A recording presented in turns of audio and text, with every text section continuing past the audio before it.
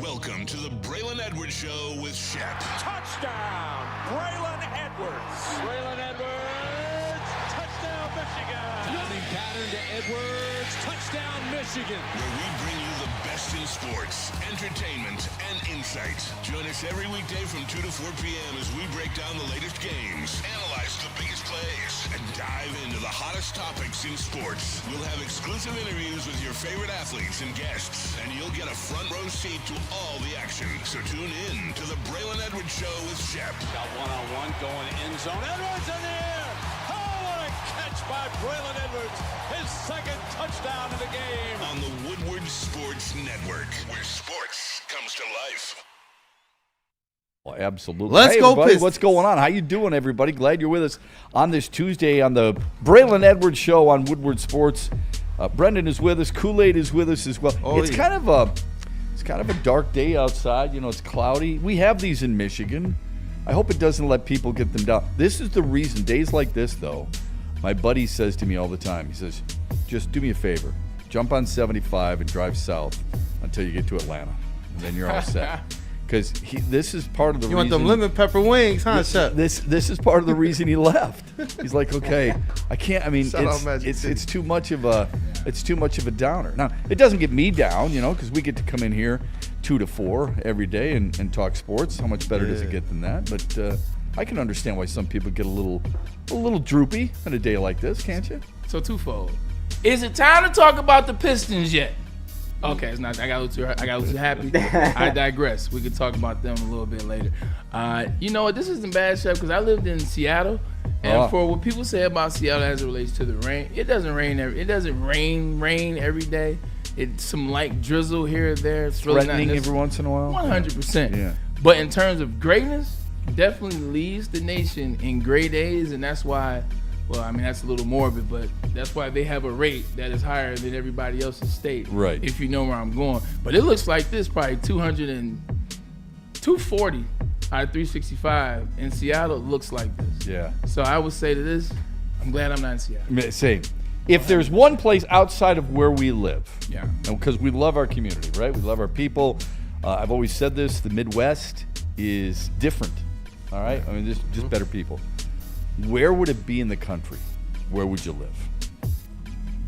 Well, I lived, like when I was playing in the NFL, I stayed in Miami for obvious reasons. Fun, sun, whole 9 yards. Like, that was cool. State of Florida. Chicago's a beautiful place, especially in the summertime. I think Chicago, Michigan Avenue, man, may be undefeated in that right. But live is tough. Like, live is a tough spot. Like, I've grown accustomed to the Midwest. I've grown accustomed to the Four Seasons. I've grown accustomed to. That's a big deal. The Four Seasons is a big Four deal. Seasons. Yeah. I love fashion. Same here. And we're not talking about the hotel. We're talking about the Four Seasons. Yeah. Four Seasons is the best hotel right, too. right. Yeah, double down in that. If I could live anywhere else, okay, I'll make a decision.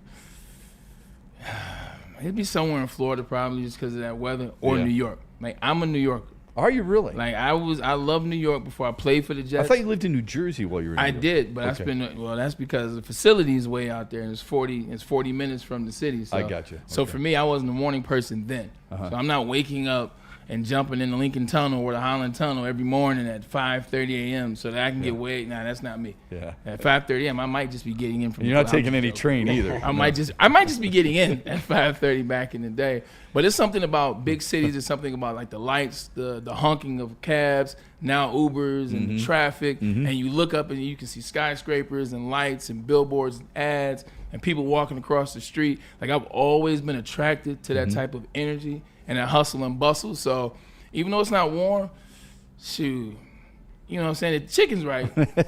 I signed me up for New York. The chicken's right. Okay. All right. Kool-Aid, how about you?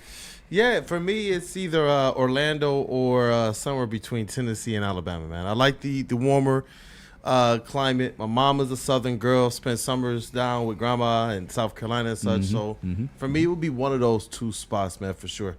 Love Orlando. That's the place we took a lot of trips to when we were growing up. Sure. And I feel like I know everything about it already. So you're already comfortable there. Can I take my take whole me to family? University Drive the right whole now. family coming? Or is it I mean, just if me? they can stomach you for that long, sure. Why not? First of all, man, I'm beloved. I am beloved. I would say Houston, Texas. Okay. I would say Houston, Texas. So he's going.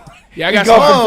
Florida to New York. Now Houston, Texas. mean- all right. Because Kool-Aid made it make sense. You know, I'm talking about New York. I love New York, but like weather is a real thing. If I'm talking about living, it's got to be somewhere warm weather. That's where I'm gonna stomach for the rest of my life.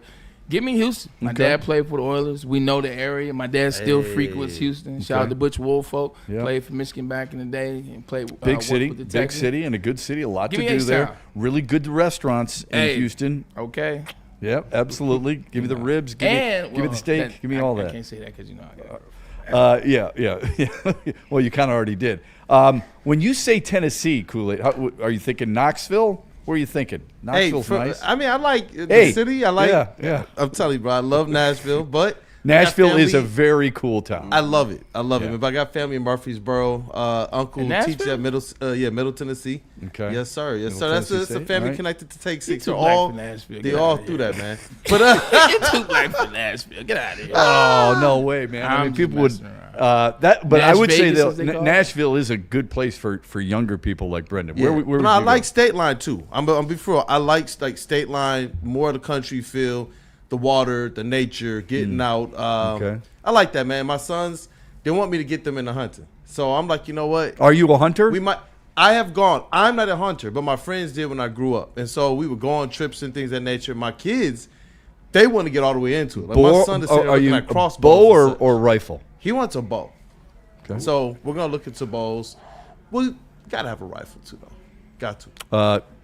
You talking deer hunting, or are you talking pheasant? Are you talking elk? Are you talking big game? What are you talking? I let them pick. They talk about let's at least go after deer. I'm like, at least. Yeah. So they got big game plans in mind, but they think starting with the deer is like the appropriate level. Do you guys watch any of those hunting shows? Nah, Yes. that's I watch Oh, dude, man, I get caught up in some that of stuff. those I get caught up in some of those things, don't even and know I am why. like, I ain't watching no man. hunting. So It used last to come on night, after Pistons games on like old Fox Sports. dude, last night during halftime, I watched just a quick segment. This guy was out big game hunting. He's from Detroit. He's from Michigan, and usually he's out hunting, elk or something like that. But Okay. he's in Africa, and he's hunting Cape buffalo.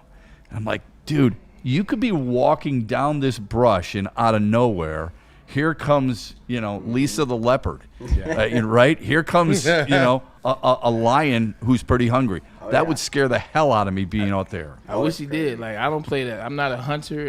I'm for a tough NFL guy. I'm a softie when it comes to the animals. So Yeah. like, I don't do all the hunting stuff. So all those people that go out We gotta there go and to get man ate, camp, right? Good for you. 100%. I don't do all that. The Leave these animals alone, man. pheasant hunting is cool. So I've been deer hunting, pheasant hunting. I think it's necessary. I think it's necessary. At least with deers, you know what I'm saying? You see them all the time in my yard and all that. And so in the driveways, you see them mess up cars. So I understand that. I don't have a problem with the deer. Okay, all right. I don't have a problem with the deer. If you could live anywhere outside of this area, where would it be? Nashville was a really, really good answer.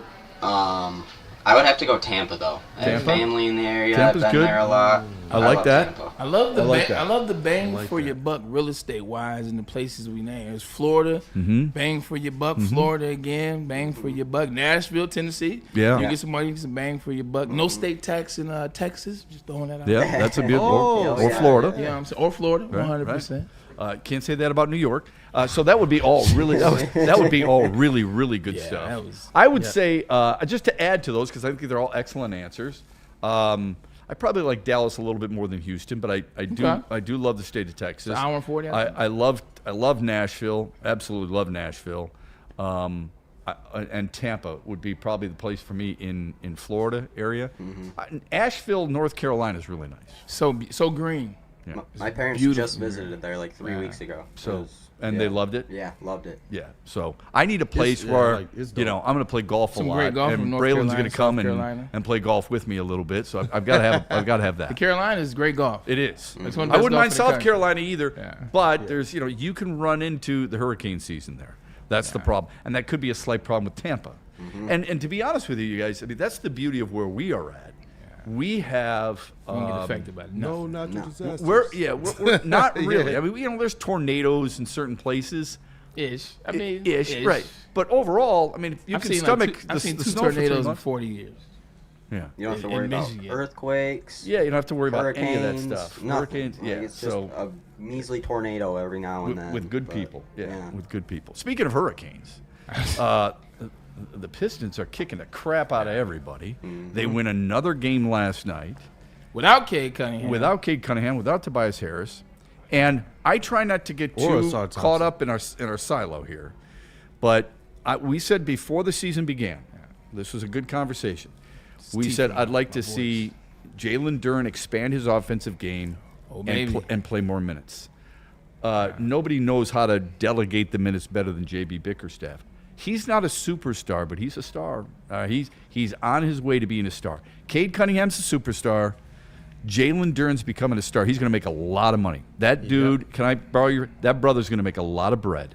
That's okay? it. And rightfully so. What I love most about last night, sure, everyone can get caught up in the 31 and 15, 12 for 13. Here's what I loved most. There were two plays, okay? One was he brought the ball three-quarter court, took it down close to the right low post, did a spin move, and hit a fadeaway jumper from the right mid-block. That was one. Yep. And number two, he was coming down the left side, got a pass, and hit what? Kool-Aid 15-foot jumper, 14-foot, 16-footer, 15, 16-foot jumper. And I'm like, you know what? Hell yeah. That's what you're hoping to see. But on top of that, what J.B. Bickerstaff said after the game last night I thought was brilliant. While we get caught up, there's the alley-oop, here's the putback dunk. He's catching it, decking it, moving his feet, finding different ways to get the ball up and in. I think he's expanded his game. I think it's going to continue. I love that he's really good at the free throw line. I love the energy he's playing with. He's 22 flipping years old. Today? Happy birthday, Jalen Duren. We should all be really, really happy that he's in a Pistons uniform. Yeah, I agree with you 100%. Everything you said, he's definitely gonna make some bread. Fire That's jacket, like bro. to say, and then also too, you see that 22-year-old. But I'm glad that you started talking about J.B. Bickerstaff. You can tell that these players are listening to what J.B. Bickerstaff and his staff are quoting on, or what they're saying, or what they're teaching, because he's gotten so much better from year to year under J.B. Bickerstaff. I remember when I first saw him, I thought, I was like, here's a guy, athletic, young bull. You know, he's an alley-oop guy. Yeah. It's probably going to be a DeAndre Jordan type cat. I say he's going to be catching alley-oops, getting putbacks. You know, Andre Drummond type player, built in that mold, if you will. Maybe not even a skill, because Andre Drummond had the UConn thing going for him. But as you've watched him, he's developed more pieces to that bag, as we talked about. He's gotten more comfortable. Last night, Chef, you didn't do the move justice, so I'm going to go ahead and do the move in the words of my boy Filet.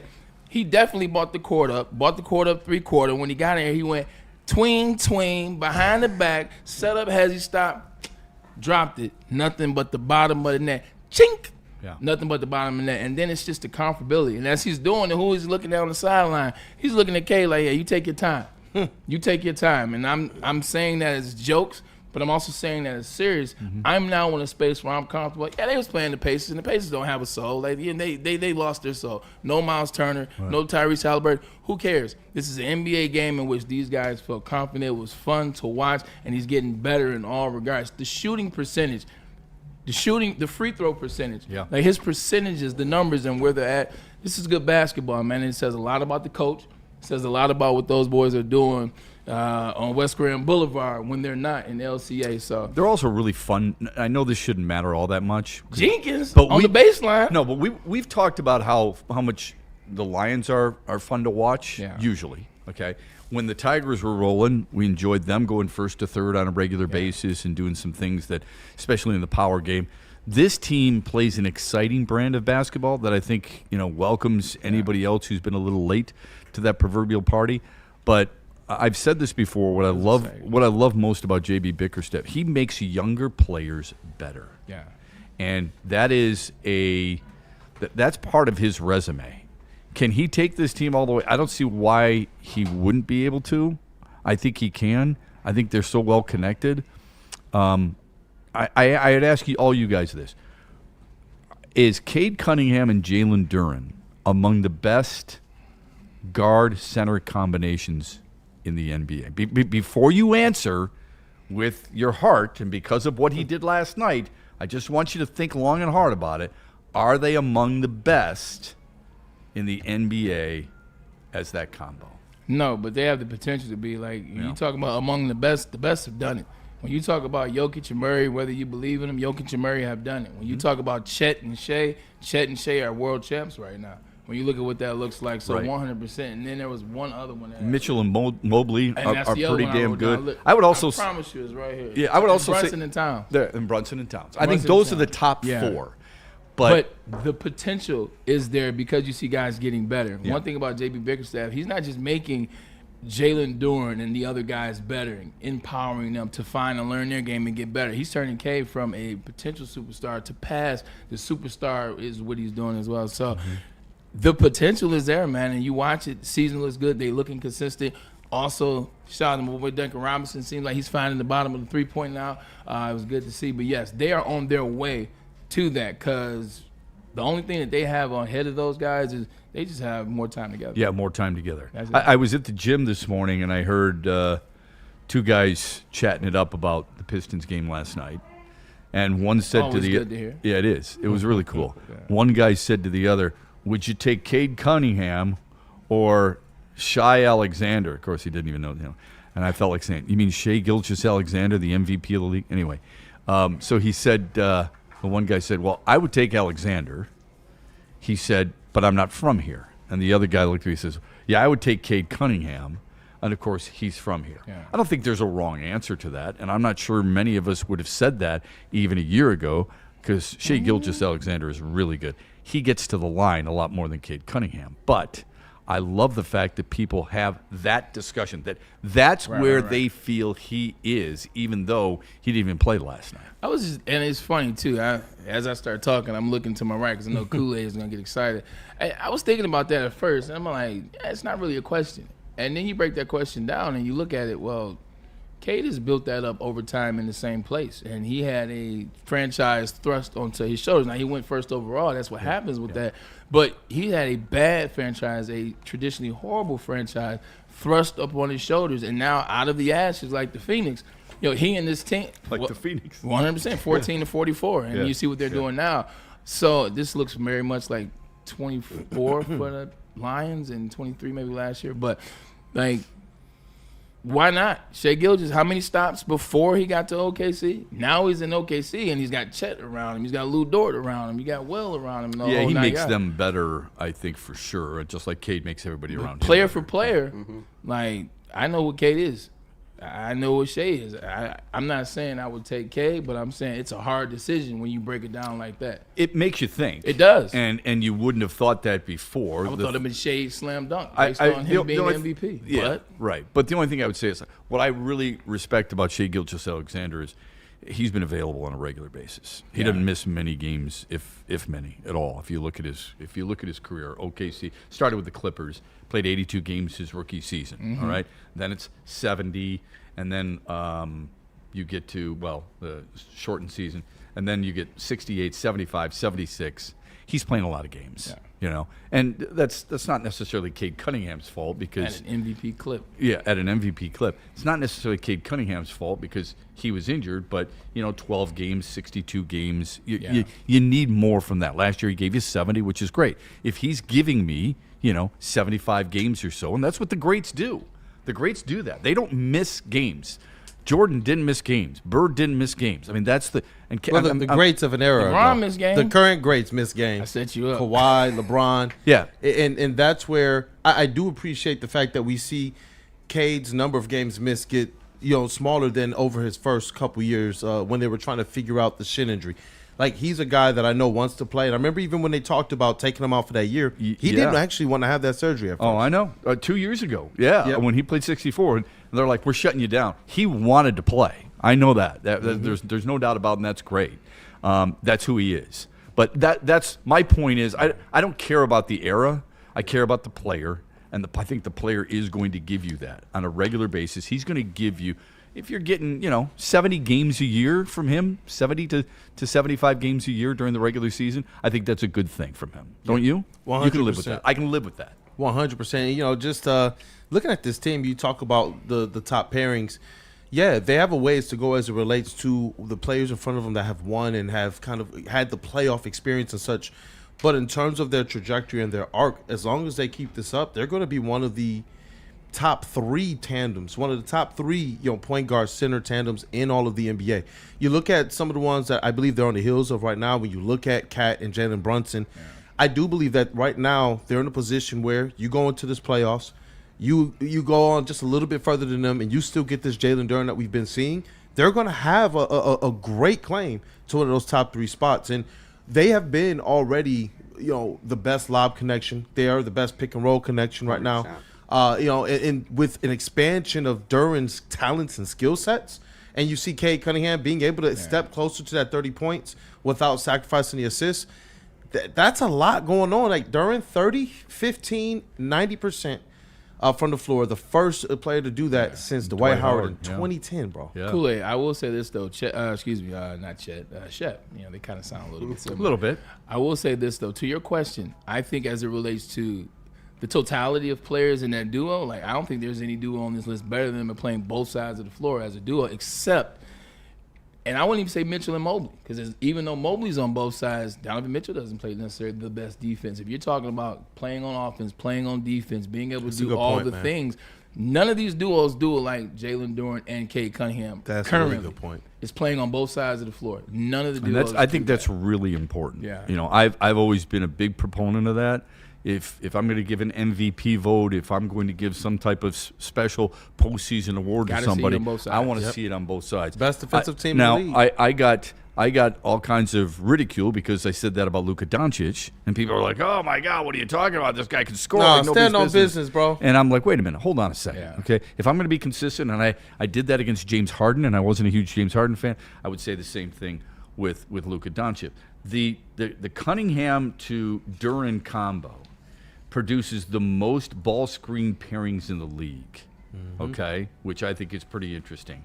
And what I like most about like what you just said is Duren changes the game at both sides of the floor. I understand the patriotic love for Isaiah Stewart.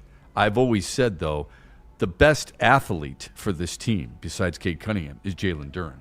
That's who you need, and that's a big deal right now, and that's a big reason. Remember this, he was listed as probable, you guys. Last night, he was listed as probable because of the ankle, and he goes out and goes 12 for 13, 31 and 15. Look at his last 5 games, man. He is dominating teams, and here's the other thing. If you compare him to a lot of the really good centers in the league, I'm not comparing him to Jokic. He's a freak, okay? I mean, it's ridiculous. Don't even go there. His own level. Okay, it's a different level. He doesn't take that many shots. Yeah.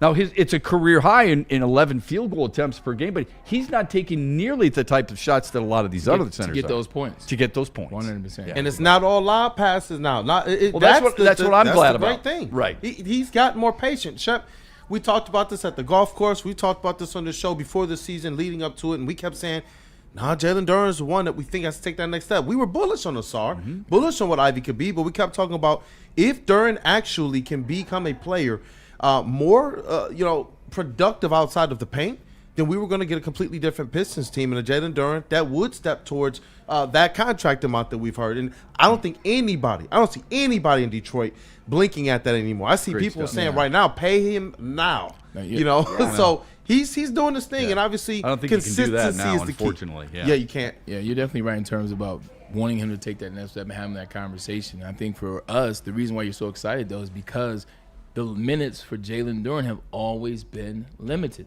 Yeah. The minutes have been limited. So you see these great spurts and things that he does. He'll have 20. Foul trouble or injuries. He'll have 100%. Or just the staff saying that we don't want to overplay you. Right. We got to give him a break. 100%. So you'll see these great spurts, Shep, and we'll have an 18-18 night in the past in like 20 minutes. Yeah. In like 18 minutes. And so it shows you that there's something there. And I think this season we're starting to see, well, we knew it was something there. This is what was there. JB Bickerstaff, they were just making sure that it was time right, and the time has been it didn't seem like they rushed him. He's averaging about 29 minutes a game. It's second most in his career, 29 and change. But I think Karl Anthony Towns is a really – I don't think Jalen Duren will be Karl Anthony Towns because Karl Anthony Towns can shoot threes. Different type of talent. Yeah. But from a minute standpoint, Karl Anthony Towns plays 5 more minutes a game and averages 2 more points per game.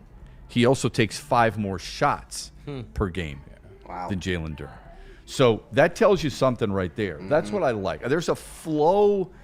You know, there's always a flow to a really good game.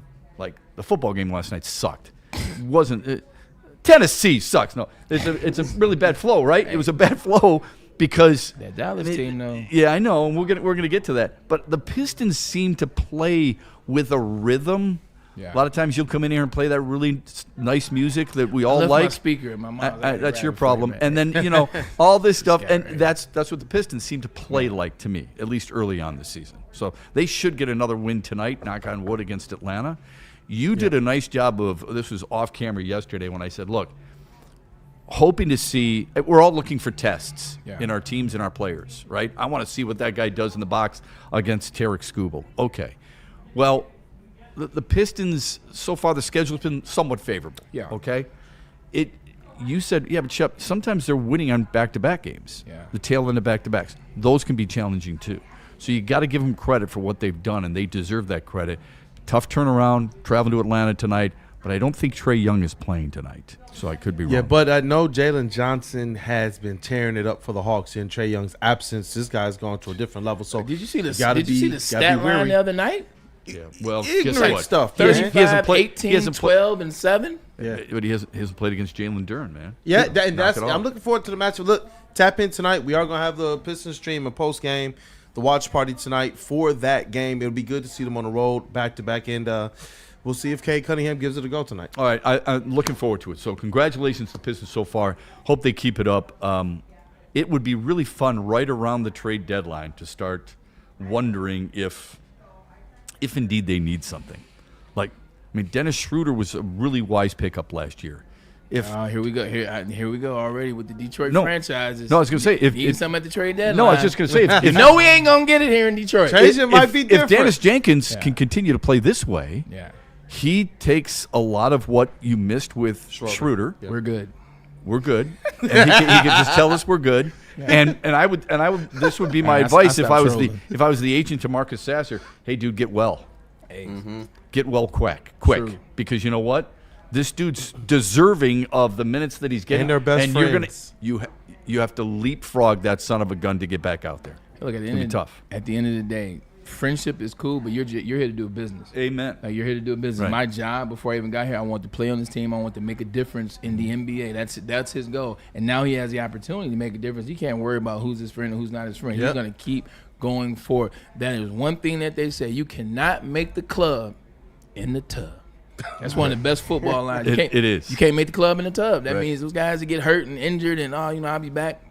Guys come in and they're ready, and guess what? Your spot will be gone. And you know what? If he wants his bread, he wants to get paid too, good for him. Listen, if that's the motivation, I really don't care as long as you keep going. Motivation is key. Motivation is key. And whatever he's got that chip on his shoulder, good for him. And Marcus Sasser has talent. It's like I want to see him get back. I believe that I like him better than Ryan Hollins. Yeah, and that's the thing. I think with Danny Jenkins, his emergence as an actual point guard, I believe this allows Marcus Sasser off the bench to play more of the combo guard. Pick your spots to shoot. Pick your spots to get into that mid-range where he has a nice floater, rather than trying to run around as a shorter player trying to create as a guy who wasn't ever the lead point guard. Is he a combo guard who handles the ball and can facilitate off of the gravity he creates? Yes. But putting him at point guard and make him be the facilitator, that's what I think is where he struggles.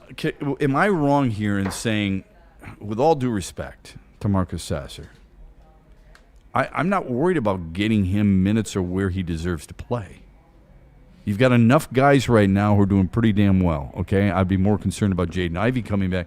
Marcus, I'm not going to sit there and tear things up. I'm not going to tear my whole rotation up for Marcus Sasser, who can give you 6 points a game. I don't need that. Yeah, I just think that it's better for him that now they have a clear-cut Dennis Jenkins, because Sasser played better last year when Dennis Schroeder got here. Now I think that they can stop this weird experiment of trying to force him into the positional point guard and just let him play more at his natural ability, since Dennis Jenkins has definitely emerged. Okay, that's good. I Yeah, like that. and I appreciate that comment 100%. I like the NBA that we're in today, where it's a positionless NBA, and the reason why is because back in the day, just because you fit into a certain size is what you had to play. Right. Just because Marcus Sasser is a shorter dude don't mean he's trying to be out there dribbling the point guard like Isaiah Thomas and setting everybody up. Exactly. Sometimes that's not what their game is. So I appreciate that comment, Kool-Aid. You're absolutely right. He does not have to play the point guard position anymore because this is the spot that, we can get some more run out of Sasser in this type of space. Yeah, I just wonder how many guards they're going to use. Okay, because I That's want the obviously truth. Cade Cunningham's going to be out there. Jaden Ivey, when he's healthy, is going to be out there. If Jenkins continues this, and I love Defense I love matters, what Chef. You're Jenkins has preaching. done. I really do. No offense, I can't be sold on a few games. Okay, so I'm not going to sit there and raise the flag yet and say he's taken over. I think he's been unbelievable, and I love the push that he's given. But how many guards are you going to worry about rotating in? You're right. Jaden Ivey, man, just got assigned to the Motor City Cruise as he ramps up his rehabilitation towards returning Shout NBA out to action. Wayne So, State. shout out to Wayne State. So you're right, man. There's more. Now you got Dennis Jenkins, who's arrived, and now you're going to get Jaden Ivey back. You're right, because they believe in defense, and I think that the more length you have on defense and more height. And Jenkins a pesky son of a bitch. Yeah. Yes, he is. Jenkins for the Pistons right now is what Kendrick Bourne was to my fantasy team. Like when everybody was hurt. It all goes back to fantasy. But it's the truth though. Why watch this? Kendrick Bourne, when everybody was hurt, when Kittle was out, when Pearsall was out, when Juwan Jennings was out, when they didn't have anybody to throw to, he was averaging 100 yards a game 3 weeks in a row, and he was doing his thing. But when you bring back a Ricky Pearsall, who they pay, when you bring back a George Kittle, when you bring back now CMC has got the right offense together. When you bring it back, Brandon Ayuk, there'll be a Brandon Ayuk sighting soon. Watch out for those 49ers. You know what? It's a lot of wide receivers and tight ends. I'm sorry. We appreciate what you did, but come sit next to me until there's room and opportunity for you. So, Did you win last weekend? I lost by points. What's your record now? 7-4. Same here. I lost by 0.52 because he had CeeDee Lamb and needed 16, whatever he needed, and he got on CeeDee Lamb. So another reason for Braylon to dislike Dak Prescott and the Cowboys. When we come back, I get the concerns over the Lions. I really do. I think it's justified. It's gonna be a tough game. The concern for the Lions. But how many teams are you convinced are better, capitalized, underscored, in bold? How many teams do you really think are better? We'll get to that when we come back in the Braylon Edwards Show. After this, from Martin Jakes and nobody better than Vin Johnson. Corporations, the government, even your insurance company, you know what they'll do? They'll do whatever it takes to minimize their liability. Nobody wants to be responsible. And also, they'll even try to withhold your compensation. Don't let them do that. You know how you don't let them do that? You call the fighter. The fighter is Ben Johnson Law. Check this out. He has been doing this for decades, and you let him do it for you. Whether it's a settlement or a verdict, it doesn't matter because they want all the smoke. So go to VinFights.com. Get all the information there at that website, and make sure that Ben Johnson Law is the first call that you make. He is the fighter. Why not put him in your corner? You get a chance to watch not one but two games tonight. The Red Wings are taking on the Kraken, and the Pistons are taking on the Hawks. Release the Kraken! Where are you going to watch that? Art and Jake's Sports Bar and Grill. That's the only answer. They've got 6 locations throughout the state. The reason you want to go there is numerous. Great food, of course, including their signature fairway burgers. 22 draft beers. Sounds good. Nice chilled mug. But 80 television sets? What are we at Braylon Edwards' basement? Yes, 80 TVs. You better believe, man. That's where you're going to watch those games tonight so you can keep one eye on each. Have fun at Art and Jake's today. Planet Fitness now has even more best-in-class strength equipment. Join today for $1 down and save. We're stepping it up. We're not slowing down. Finding new face, new focus. Love that new equipment smell. So, you in? Join the club today. Save when you join for just $1 down, $15 a month. Planet Fitness. We're all strong on this planet. You know how some things are so good they should be world famous, but they're not? Our house-made vinaigrette is one of those things. And the antipasto salad, we drizzle it over. Same with our hand-battered chicken tenders. Original recipe soups and pasta sauces. It's almost as if our original, world-famous Detroit-style pizza is mocking them. And that's not very nice. Hunting season is almost here, Detroit, and your Lions are on the prowl. Make sure you're locked into Woodward Sports for all the Dan Campbell reactions, Jared Goff touchdowns, Amon-Ra first downs, Penny pancakes, Kirby picks, Gibbs big plays, and of course, Jack Fox's leg. Stay locked in on all your Lions coverage right here on Detroit's #1 sports network, Woodward Sports. Every Sunday, there's only one place to get all your kneecapping, hard-hitting Detroit Lions coverage. Start your Sunday with the Lions Weekly Report with Broder and Terry Foster. Then, the Lions pregame show with Neil Rule and Sean Baligian. At kickoff, keep it locked in for all the emotions of the game with a live watch party with the heavyweights. Then, recap the game with the Lions postgame show with Anson. Game days, there's no other place to be than Woodward Sports. Live all game day. Go Lions. You smell that? That's Brad Holmes cooking. And the off-season smells good. Woodward Sports. Planet Fitness is for everyone. Over 2,700 clubs nationwide and 50, that's right, 50 plus in Metro Detroit. Access to the Black Card Spa where you can recover with hydro massage. I never talk about hydro massage because I often forget, but the hydro massage is legit, and other innovative amenities. Bring a free guest anytime. Now for that Black Card, it's $24.99 per month, and it gives you access to all that. But once again, we do have fitness that fits into your price point. $9.99 the regular membership. Sign up at any time. And when you go into Planet Fitness these days, we got an exciting new partnership for you. Want to win 2 tickets to every Lions regular season home game? Visit one of the 50 locations around metropolitan Detroit to enter. You enter, get a chance to win. And remember, we're all strong on this planet, and that planet is Planet Fitness. Well, Sundays, Saturdays, even tonight, every day, got a lot better because of Sun Cruiser Vodka Iced Tea and Woodward Sports Network. Sun Cruiser Vodka Iced Tea has real vodka, real iced tea, no bubbles. It's a clean, crisp sip that will not fill you up on game day. I don't care if you're tailgating, couch gating, watching football, baseball, hockey, basketball, it doesn't matter. With only 100 calories, Sun Cruiser Vodka Iced Tea is the drink for you. But please, drink responsibly. And we back. When there's breaking news, Kool-Aid will deliver it for us. Gleyber Torres has an hour and a half and change, or a little less than an hour and a half, to decide whether or not he's going to accept the Tigers' qualifying offer that would pay him $22 million. If he chooses to take it, then he's your second baseman at the age of 29 next year. If he chooses not to accept it, Detroit will get compensatory picks in the draft. Okay? Just FYI. So when that happens, Kool-Aid will deliver. There is a college football playoff ceremony tonight. You don't think he's going to take it? Nah, because I don't think he believes in the future of a one Tarek Skubal. Well, that's interesting. It would only be for a year, and they may have Skubal for 1 year left. So maybe one kick at the can. I thought you were going to say, look, another year older, he wants the long-term contract. Can he get it at age 30?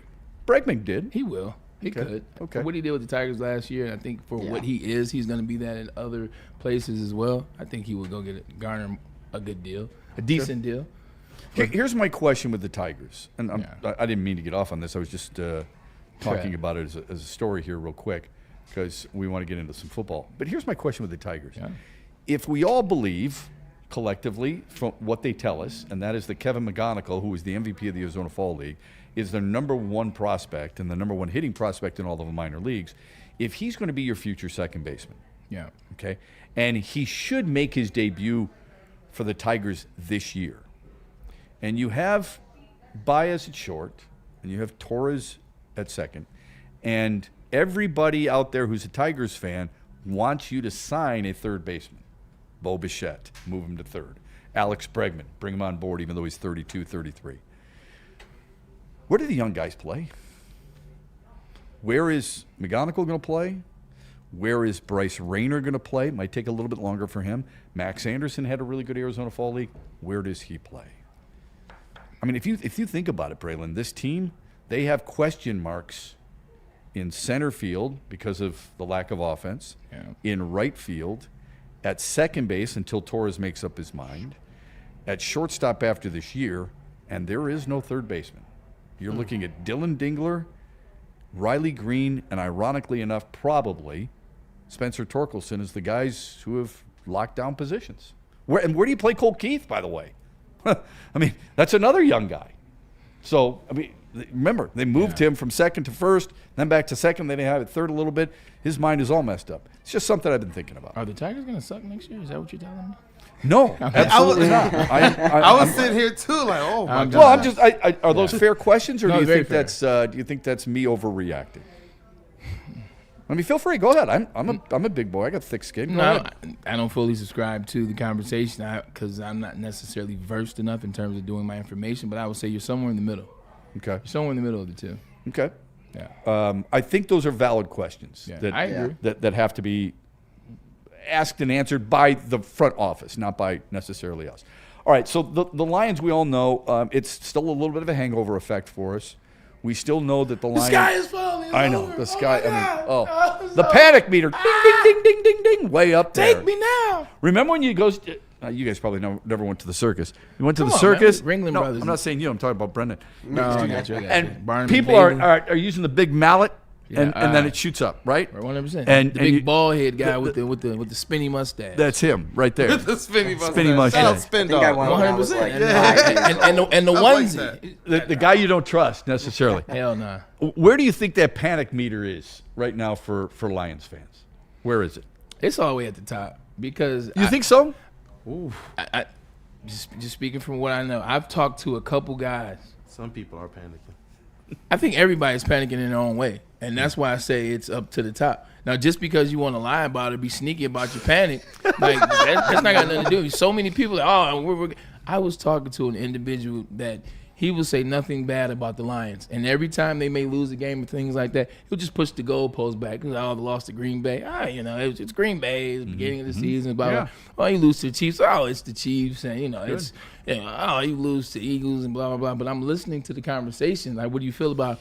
He's like, Dan Campbell just scaring me right now. You know what I'm saying? The offense is scaring me a little bit right now. Like I think the Lions are there it is. That's how you know it's all the way at the top. Because every Lions fan, they will now say this. They will preface it. Well, I think there was no thinking back in September. There was no thinking after, It was just belief. There was no thinking after you beat the Chicago Bears 52-14. Right. There was no thinking after you got back on track against the Commanders. Okay, we're back. Everyone now thinks that the Lions are going to get to the playoffs. Not even necessarily win the division anymore. They think the Lions will get there, and they think the Lions will make some noise in the playoffs. I think everybody's meter is at the full tip, whether they want to believe it or not. I mean, whether they want to be honest about it. I'm. You know what? You've made me think, as you usually do. I'm trying to decipher where I'm at. I'm not overly concerned yet.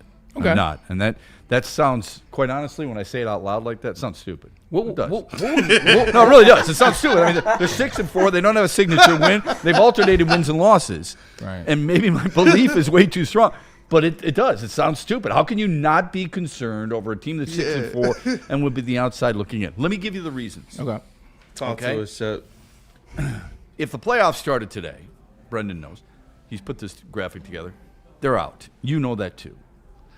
I want you to, and I want you to think about this though, okay? I want you to be serious with yourself. How many teams do you truly believe are better than Detroit? And I'm not talking about, hey, let's get into our personal power rankings and all this stuff.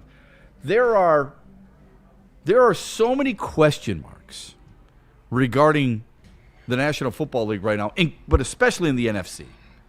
So Braylon said to me before the show started, he's like, look, there's only one team in the NFC that you truly believe in, okay? You said this. The Rams, right? That's what you said. Yes, 100%. Okay. And I said, what about Philly? And you said, I don't believe in their offense. And you gave me some really good reasons. Yeah. They just beat Detroit. Fair enough. That's a different conversation, though. It is. It's different. Yep. But overall, Yeah. if I said to you, you had to play this team on a neutral site, Yeah. the Lions against, and then I'll give you a team, I bet you it's the Rams, it's the Eagles, and maybe Seattle.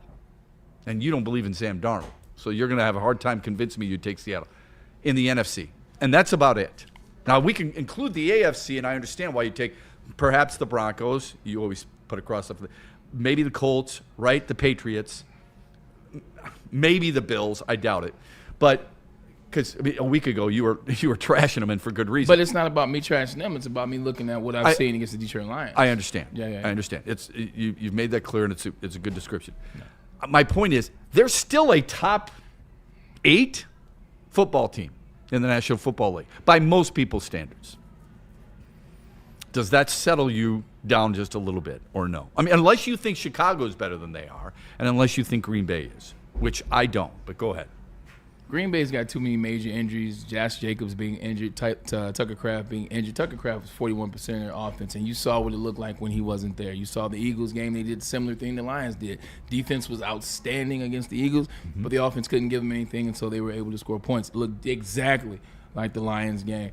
I had exactly the teams you said in terms of who I believe is better than them. Yes, sure, they're still a top 8 team right now. But, Shep, they're a top 8 team that is descending, or whichever way you're looking, they're descending rapidly. Okay. Because when we were having this conversation before they lost to the Vikings, it was, this team is here. They're top 4, or they're top 5, they're top 3, trying to figure it out. They're going to take that step. They then lost to a Vikings team, and we know what that offense for the Vikings looked like. There's a lot of complaint going on right there, and that's the team to beat us because of the defense. And then you look at the Eagles game, and then you look at the Chiefs game, and you see the similar things rearing their head, which is the offensive line.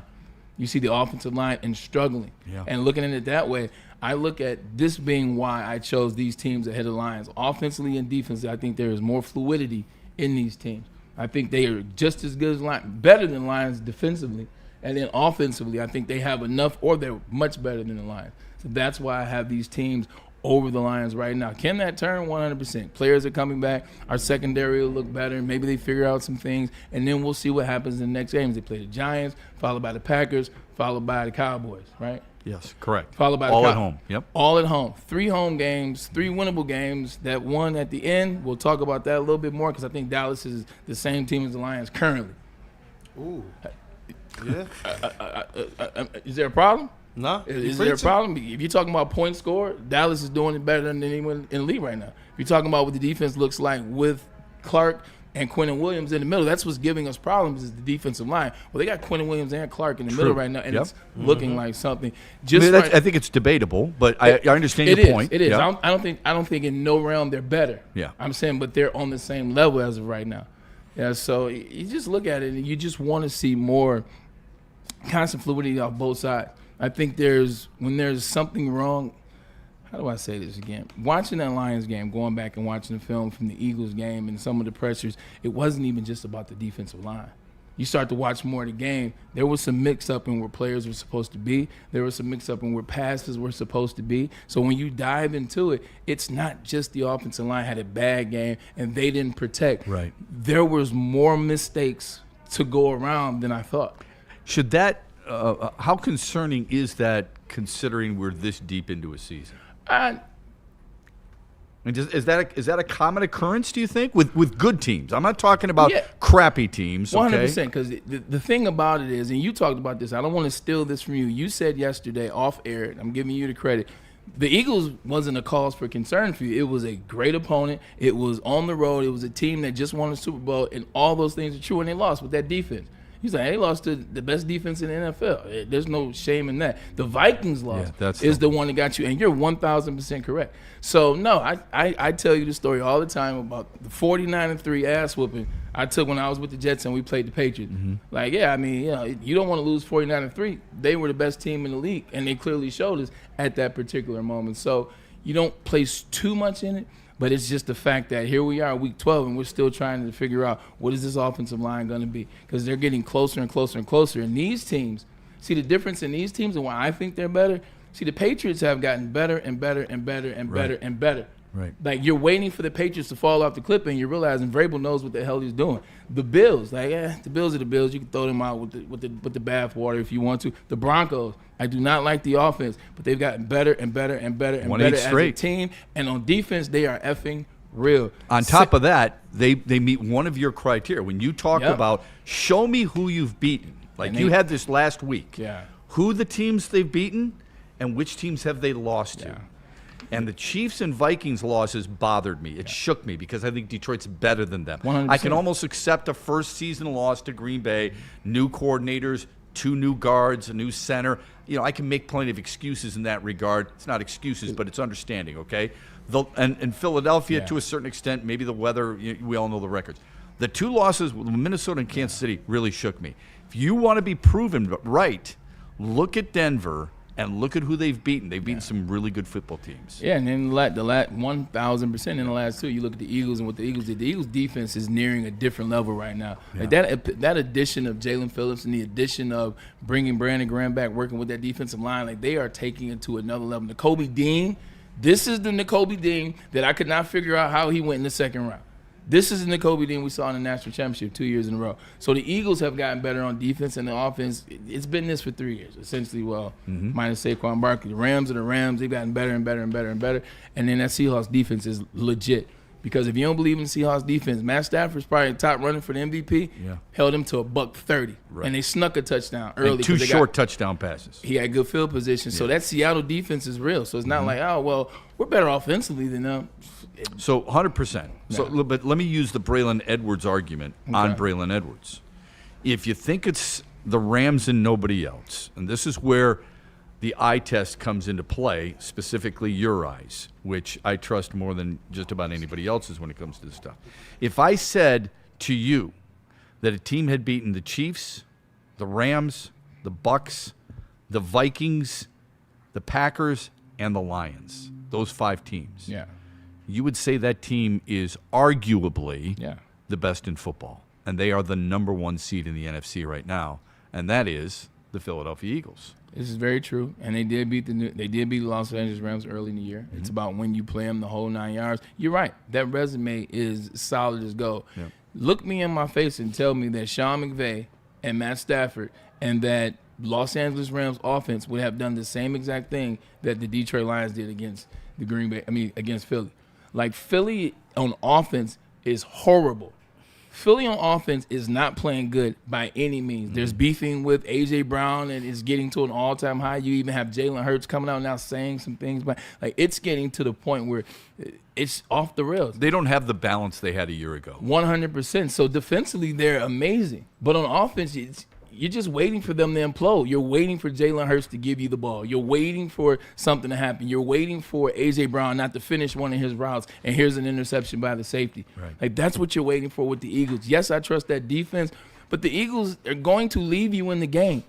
Like, the Eagles left Green Bay in the game, and they were waiting for Green Bay to score, and they couldn't. Yeah. They left us in the game. They were waiting for us to do something, and we couldn't. So that's why I don't fully trust the Eagles, because the Rams, they're going to do something to them. Yeah, that's how Seattle. I think Seattle could do something to them, realistically. So that's why the Eagles is still a holdback for me, because they got to figure that out. Yeah, and I don't think they go downfield very well at all. And that offensive line, like, now you have Lane Johnson out, and they say it's temporary. What does that look like? Landon Dickerson's been hurt the majority of the year. Good question. What does that look like? It's a really good question. Yeah, this is how it would start today. Eagles will get the bye; they're the 1. Okay, then Stafford and the Rams are the 2.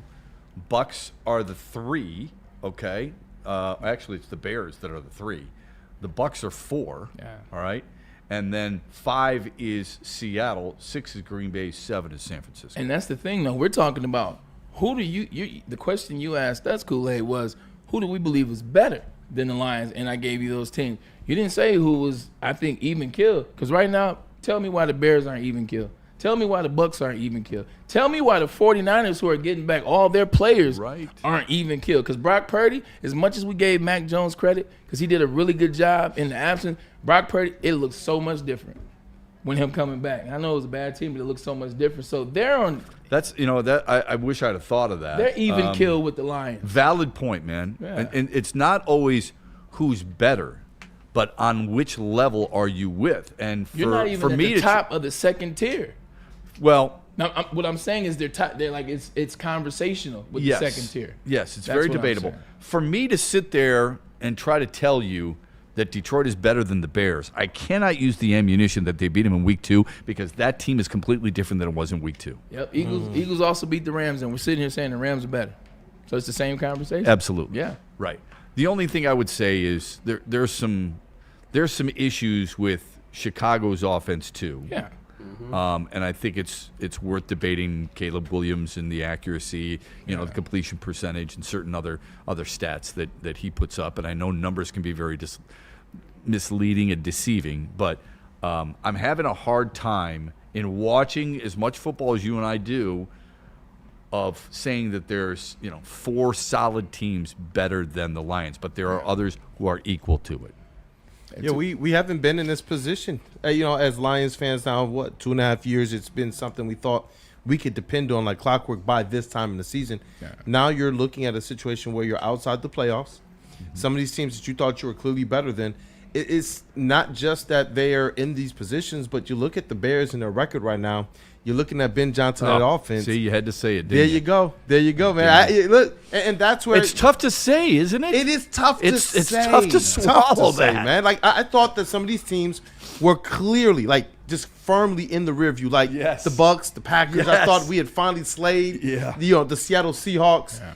But now we see this is the NFL, man. This is not just any given Sunday. But if you want to be one of those teams, this is where I'm hoping the Lions have the recipe. The stuff that we've continued to hold on to, the pride, the stoke, not scared. I'm hoping it is true. Two things. First thing is when you look at the division for, when you have the conversation about, the panic meter or where's the panic meter or why you would feel a certain way. When you just look at your own division, okay, it's early. We still have a lot of time left, et cetera. It's a lot of time. Mm-hmm. But when you look at your division and you realize you're not first, you're not second, you're third, but then you also lost to the 4th place team in your division. Like, that's just what your division looks like. And the 2nd place team in your division. Well, they're ahead, but I'm saying you lost to the team behind you, which more so I was trying to hit that point home. Mm-hmm. Like, that's why it's an okay conversation to have. But looking at, it was another thing. You look at some of these teams, Shep, and what they did is they consistently evolved off season, trade deadline, in season, made moves over years, et cetera, et cetera, et cetera. Adjustments, yeah. Like they made adjustments to stay. Like it's once you get to a spot, it's not we've arrived. It's how do you stay there? It's how do you get better? Yeah. How do you go further?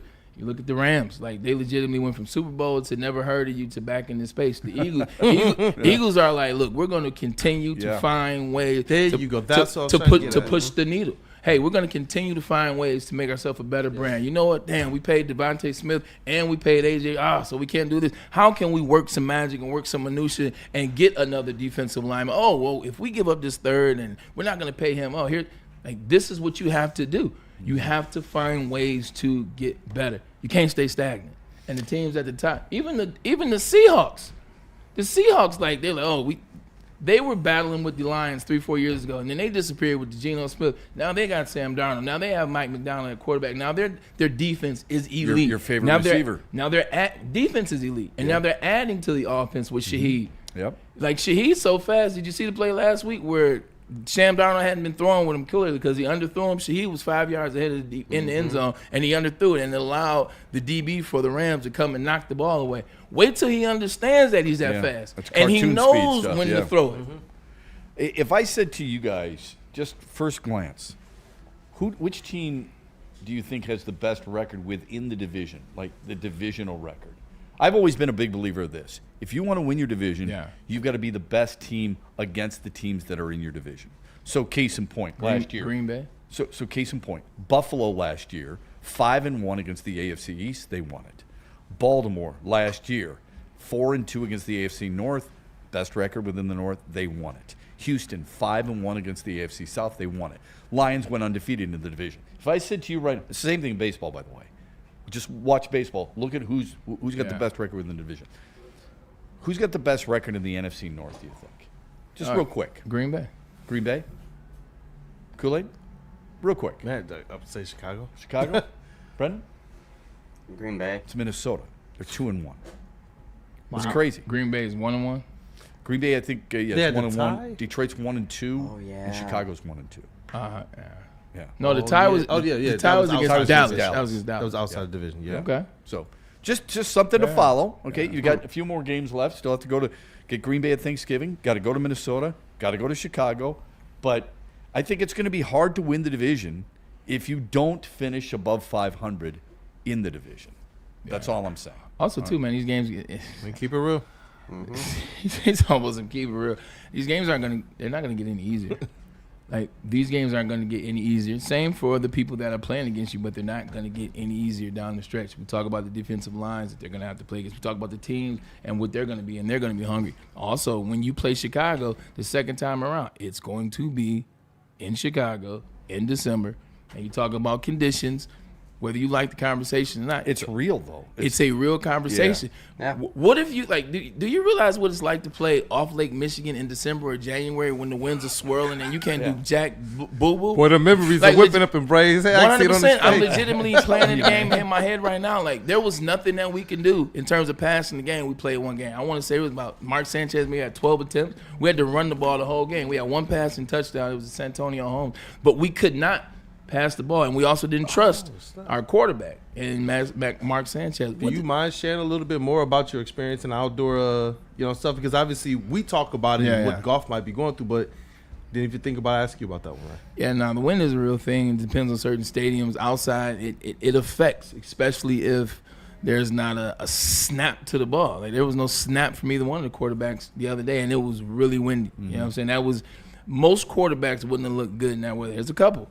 But most quarterbacks wouldn't look good in that weather. But, when you're talking about those types of weather, when it's Michigan, when it's Cleveland, when it's Pittsburgh, when it's, Lambeau Field. Yeah. Playing in these places, like, it affects the quarterback, especially when the quarterback isn't cut for the condition. Quarterbacks will tell you, as you know, quarterbacks will tell you, I'll throw in the rain. I don't care about that.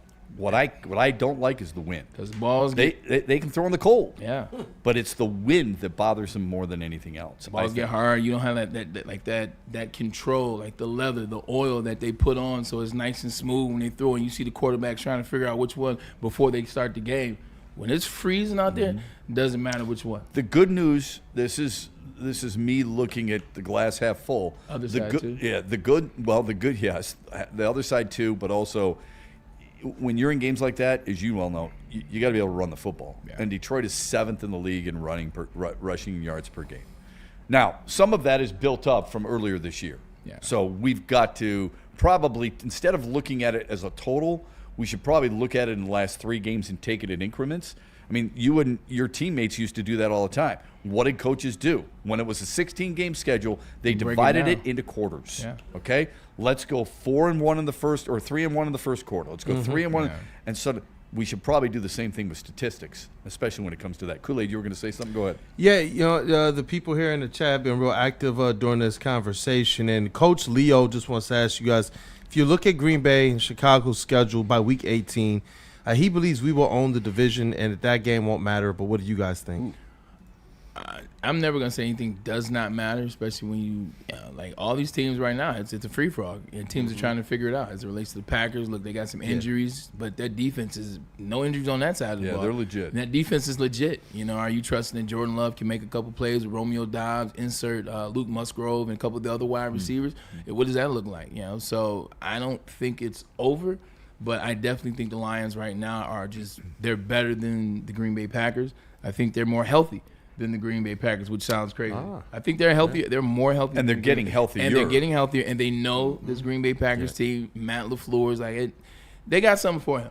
They got something for them as well, 100%. So, I would say I'm not worried about the division at all. But the conversation is just where we're at in the division. Yeah. It doesn't make you feel good. And when you look at it, it's like, oh, shoot, this is what's really going on here in Week 11. But looking at that, I think they're much better than the Chicago Bears. I think they're much better than the team that beat them in the Vikings. And I think they will be better than the Packers, who have some banged-up players. And one guy he's arguably tops at his position. So, yeah, injuries, they play a role. They hurt us last year. Guess what? They'll help us this year. Chicago's got San Francisco. They've got Green Bay twice. They've got the Lions, and they've got the Eagles. They've got Pittsburgh, I think, this weekend. So it's a little different this weekend. But after that, it's no Aaron Rodgers. It's right. Tough schedule. Fractured. Not fractured wrist, but fractured in his wrist. Correct. I don't know if that's going to keep how long it's going to keep him out. But that's a challenging schedule. Green Bay has the Vikings this weekend, and then of course the Lions. They've got the Bears twice, but they also have the Broncos they got the Vikings twice, but they've got the Ravens. Now I know how you feel about the Ravens, but at the end of the season, and that's why I'm glad Braylon brought up the injury to Aaron Rodgers. At the end of the season, Baltimore might be playing for a division title.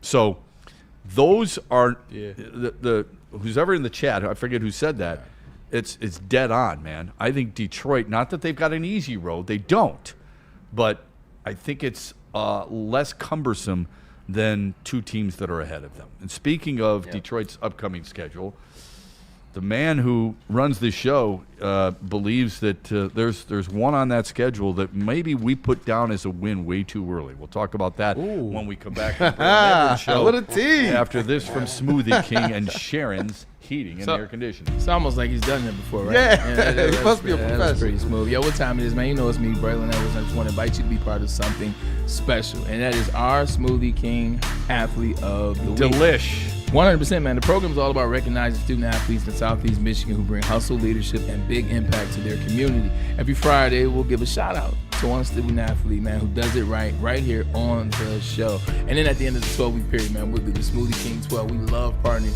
with Smoothie King in the high school, man. Look, you can nominate anybody. Scan that QR code above my head. Nominate someone now to get them a part of this. Also, don't forget, Smoothie King is rebranded, man, and they've added the real smooth flavors. They've added real ingredients and real fruit to their smoothies to take them over the top, man. Come be a part of something special. That's the Woodward Sports Smoothie King High School Athlete of the Week. Dude, it's so good. And by the way, don't sleep on the acai bowls. They are fantastic, all right? They are amazing, aren't they, Brent? You don't want to sleep on Sharon's Heating and Air Conditioning. You want to sleep tight.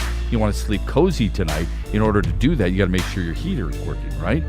Sharon's Heating and Air Conditioning can make sure that it gets the attention it deserves. They've been serving Detroit for over 40 years, reliable service, treating customers like family, doing things the right way, the professional way. Check out their website, sharonsheating.com. It's a new and improved website that gives customer-friendly options on a lot of different things, like online filter purchasing, free estimate for equipment replacement. And if you're a DTE gas customer, you get a free furnace tune-up through the end of 2025. Call them today, 734-238-3805. Scan the QR code on your screen and tell them the Braylon Edwards Show sent you.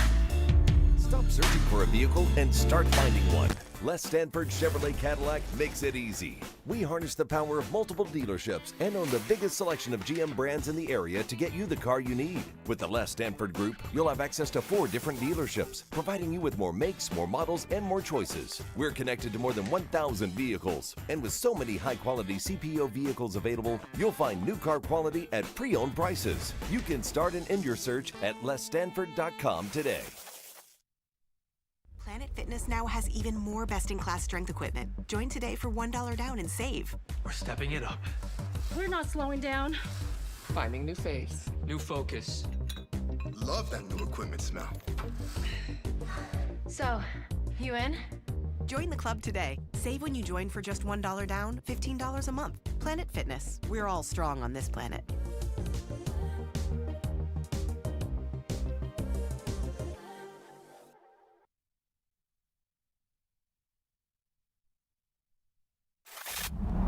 Looking for your daily sports fix? Look no further. Join Braylon Edwards, the University of Michigan legend. Lofting it right corner of the end zone for Braylon, up in the air. Touchdown, Michigan! And Shep. Do you believe this comeback? Your favorite sports commentator as they tackle the hottest topics in the world of sports. Catch the Braylon Edwards Show with Shep, Monday through Friday from 2 to 4 p.m. on the Woodward Sports Network. Get ready to laugh, learn, and love sports like never before. Hunting season is almost here, Detroit, and your Lions are on the prowl. Make sure you're locked into Woodward Sports for all the Dan Campbell reactions, Jared Goff touchdowns, Amon-Ra first downs, Penny pancakes, Kirby picks, Gibbs big plays, and of course, Jack Fox's leg. Stay locked in on all your Lions coverage right here on Detroit's #1 sports network, Woodward Sports. It's bear hunting season, and Dan Campbell is hungry for some kneecaps. If you can just get a hold of them and you start dragging their ass out to the deep, dark abyss, you can drown them. The Kings of the North are back for another year of the brand new Lions. Make sure you're locked in to Detroit's #1 sports network for all the news and info on your Detroit Lions. Woodward Sports, let's go.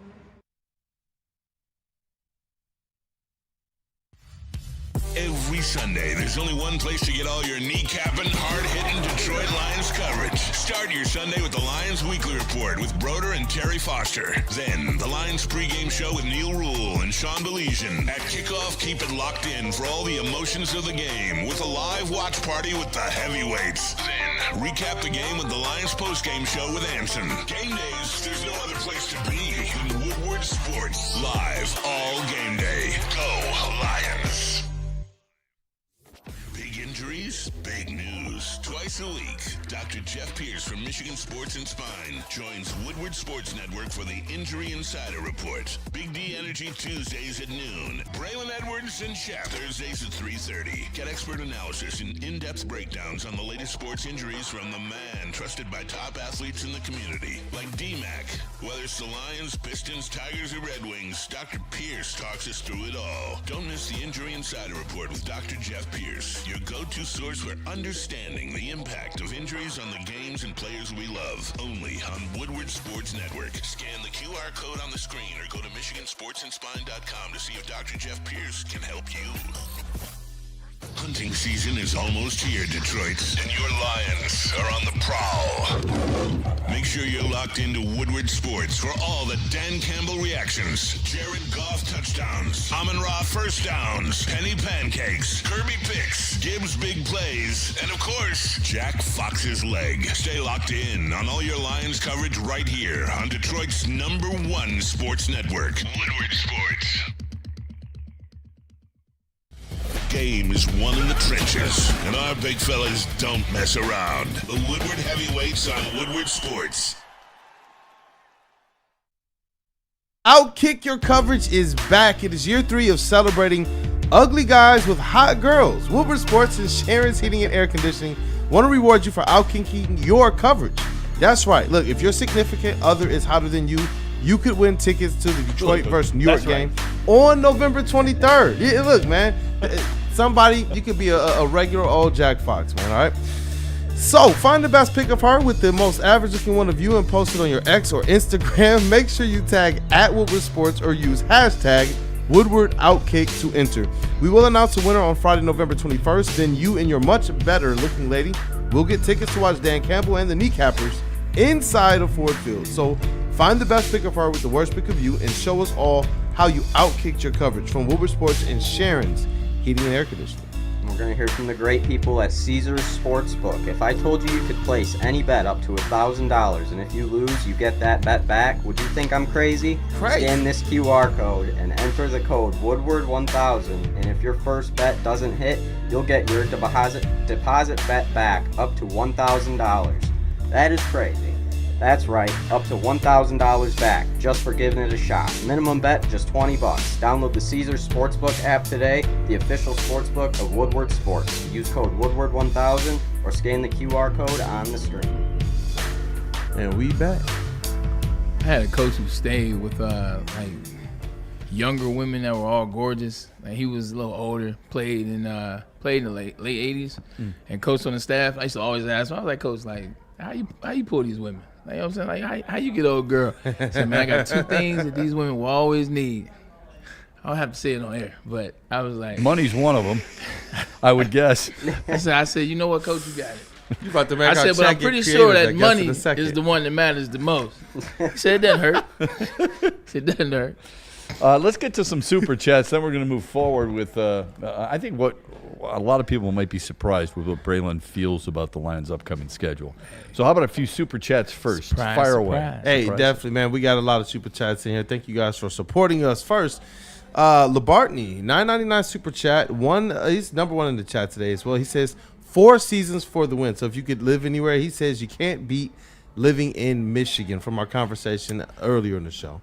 This is factual, too, and there's so many undiscovered gems. I won't say undiscovered because a lot of people have discovered them. A lot of people haven't. But there's just so many hidden gems. There we go. That's the way to say it. So many hidden gems around the state, man, that show up all year round, whether it's in the winter, whether you want to go snowing and you really enjoy the tundra vibe, or, you know, whether it's in the summer, the later summer, you want to go up north and get on some of these bodies of water and see some of these things. The northern lights are available to us at certain times of the year. So it's just so many things that you can do. I didn't even realize until I got adult, until I became an adult. Excuse me. Yeah. Yeah, Are you a skier? Anybody ski here? I used to. Yeah. My mom was a part of Jim Dandies and that back in the day. So yeah. All right. Boing, so you don't mind the tundra, huh? Nah. I've never skied. You go up to Boyne a lot? Okay. I haven't skied, but Kensington, get on those toboggan runs. Let's rock. I did several of them. It's still fun as we're looking at like the train go up. Those toboggan runs. It's the same thing. I don't know if I've been there in years. I'm a lodge guy. Like go. I love going to ski lodges. Like that's the best part for me. Like I could be in Aspen. I could be in Salt Pass or whatever. Not Salt Pass. Lake Tahoe. Well, Lake Tahoe too. So yeah. But anyway, like all those places. Okay. Put me down for the lodge, man. Go in there and get a nice brew. And then I was in Aspen. Something about it, Shep. Are you a beer drinker? Like you enjoy a good on tap? I do. Okay. Yeah. So I was not a beer Friends drinker. will say too much, but yes, I do. Yeah. You know what? But I'm your friend and I won't say it. Okay, thank you. So legitimately, first time I really got into beer would have been out in Aspen, and I remember getting a Stella on tap. Okay. And I got Stella on tap. First of all, it was the most amazing taste that I had. It was the best thing ever. I'm talking about I'm in Aspen, I'm in Colorado, I'm miles up. Like it was perfect. It was beautiful. I said, man, I gotta get some of that. So I came back home. I was staying in Royal Oak at the time. Had a condo in Royal Oak. I'm at the bars. I'm like, hey, let me get a Stella Artois on tap. Never has tasted the same. Yeah. Like, it never has tasted the same. It's different when you go out there. Yeah. The agree. Rockies, as they say. I agree 100%. There are certain places where they just do things differently. They do things better, I suppose. But I'm with you on that. Okay. Next, go ahead.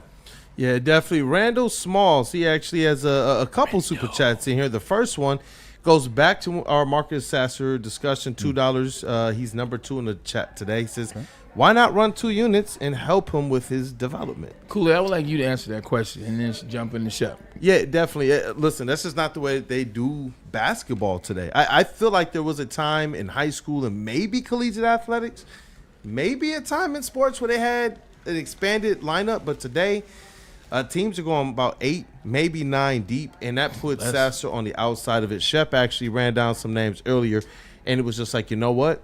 It's going to be tight. It's going to be tight. Mm-hmm. Yeah, I think J.B. Bickerstaff and any coach in the NBA, I doubt they're going much more than 9 in their rotation. Mm-hmm. So let's just say this team is healthy. Cade Cunningham, Jaden Ivey, Ron Holland, Asar Thompson, Jalen Duren, Isaiah Robinson, Toby, LeVert, Tobias Harris. There's 9 right there. Yeah. Okay. So we did not mention even Jenkins. Okay. So if Darius Jenkins in there, that's 10 guys. And by the way, those 9 guys we mentioned, those are all legit. Yeah, they're all brought in. It's not like, well, we got to find some room for you. They brought in Robinson and LeVert for a reason. They've crafted spaces for those now. Stewart and Duren and Harris. Those guys are important pieces to Javonte Green. Yeah. No. No. Fair. Sorry. Fair. Okay. Anyway, Jenkins gives me 10. Yeah. I don't know how you're going to feed anybody else. I mean, if this were Braylon teaching your kids and he wants to make sure everybody's getting some playing time, I get it. That's not the way it works. Yeah. 3 kids. That's all I got. Three kids. I can explain the 3. I'm going to play 3 on 3. I'm taking the best 3 guys against your best 3 guys. 3 on 2, 2 on 1. That's all I got. I just mentioned 9 guys really important to this team's success That's this year. pretty good. And he goes, Javonte Green. He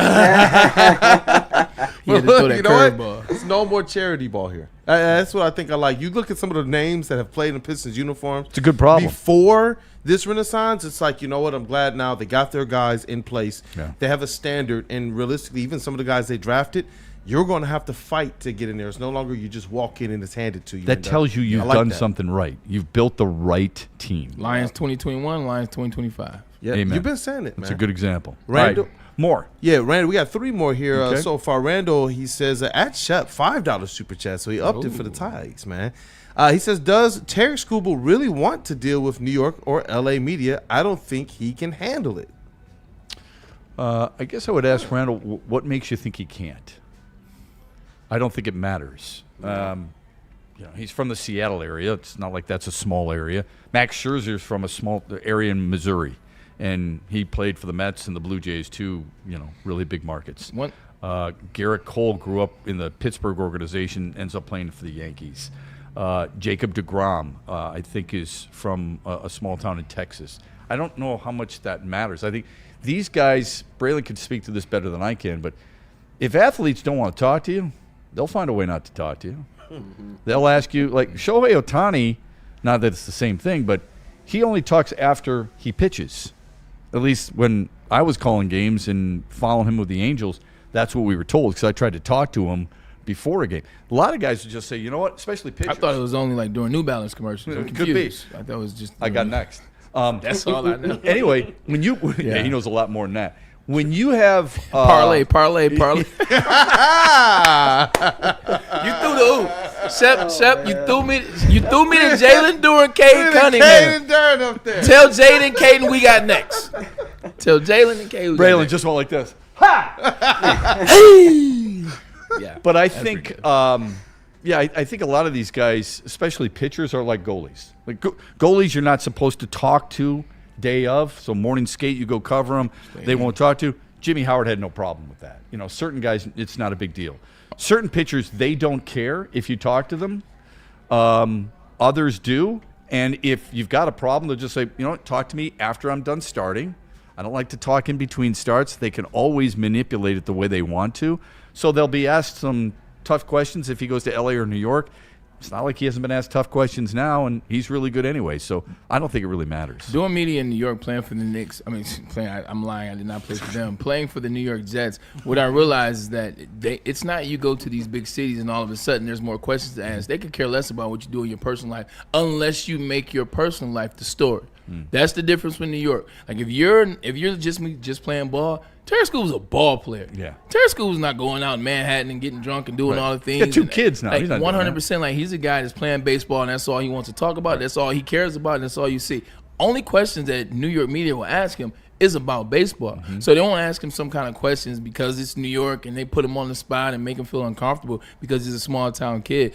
It don't work like that. Like what you put out there for people is what the New York media will cover. So if you're putting out a bunch of other stuff, other extracurricular ideas, after they ask you about the football field or the ice or the baseball diamond or the court, they're going to ask you about those extracurricular activities that you're doing. So it's not necessarily tougher, especially if ball is the thing that you care most about, or puck, talking about hockey. And he cares about baseball more than anything. At least I can say that much about him, and you can too. Unless you're involved in some type of charity, like Matthew Boyd was involved in a charity here in Detroit, and we made it a point anytime we sat him down and we had some type of opportunity to express to the viewing audience what Matthew Boyd was all about, we would make sure we mentioned his and that his endears charity. you to athletes, would get you more conversation because now they're like, wait, they care more than just about what I do on the baseball field, the basketball court. It's like, all right, you know what, that Matt Shepard is something to him. Like anytime he wants to interview me, I'll interview him because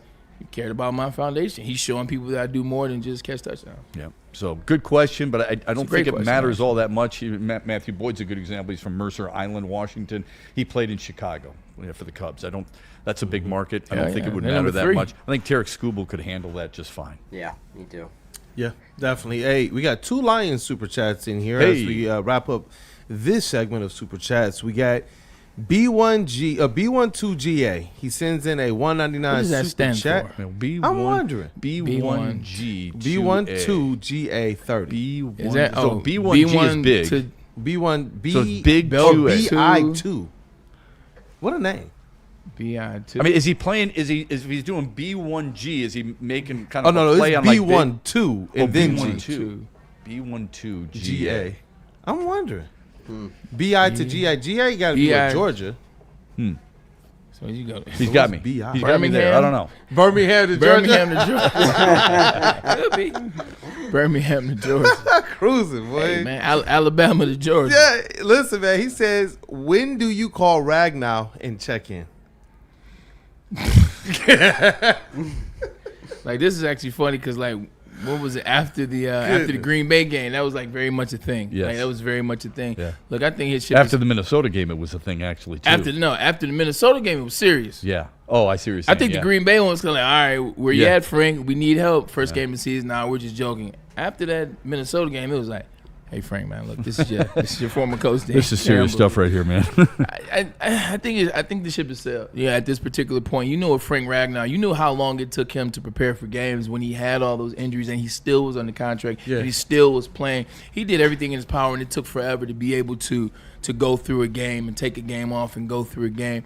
I don't think that there's any way that we'll get Frank Ragnar back. I don't think he's even looking to come back. Now, I think he looks at the team and wishes that he could still play, but I don't think there's any way he would come back. I'll tell you what, this has really made me appreciate that fans now probably have a greater appreciation for those big fellas up front. Yeah. You know, I mean, because we all gravitate, no offense, Braylon, we all gravitate to the wide receivers, and I get it. Yeah. We gravitate to the quarterbacks, of course, and we want the defensive ends, but those mean fellas up front, and quite honestly, the defensive tackles, the defensive front four. He has said, you know, for a while now, look at the defensive line and how does your offensive line match up? It's the big concern for Braylon moving forward is that Detroit's offensive line has become a weaker point than it was a year ago, and they're going up against some really good defensive lines. And if you don't believe that, look at the defensive lines they've played. The losses are to some of those teams. Like Chris Jones has been really good. Philadelphia. I mean, that Davis-Carter matchup might be the best DT and DT matchup in all the NFL. Spooky. So it's really hard. It's so funny, too, because Howie Roseman accounted for all those Georgia players within the span of 3 years. It just seems like nobody wanted to draft in these Georgia players. Obviously, there was some things with some of them, and so people stayed away from him. He drafted all those Georgia players, and now they're just all making plays. I know. Every time you look up and he says a name, it's a Georgia player. What was Wingo, the problem? Georgia player. N'Kobe, Georgia player. Yeah. Ringo's he's been more of a special teams guy. True, them, but he makes plays on special teams. He was a first round grade. Yes. That ended up going second round and then just didn't pan out. I wanted him. I'm like, man, I love the way that guy plays. I watched that Michigan game. I wanted him all. Let me ask you this though, in all seriousness. I understand the Carter hesitation. I think you do too, even though you were pretty much the first guy on board with that. I was not. Yeah. I don't understand how you Jordan weight. Davis. The big thing for him was weight. At the time when he was at Georgia, he was 365 pounds. Okay. He was at 365, and that scene, I think his junior year. His junior year at Georgia, he got down to 350, but he still was a big man. He's a tall man, operating at 600, operating at 355, 360 pounds. You don't know if that weight fluctuates or what it does or not. And one of the things coming out about him was that he did not have control over his weight.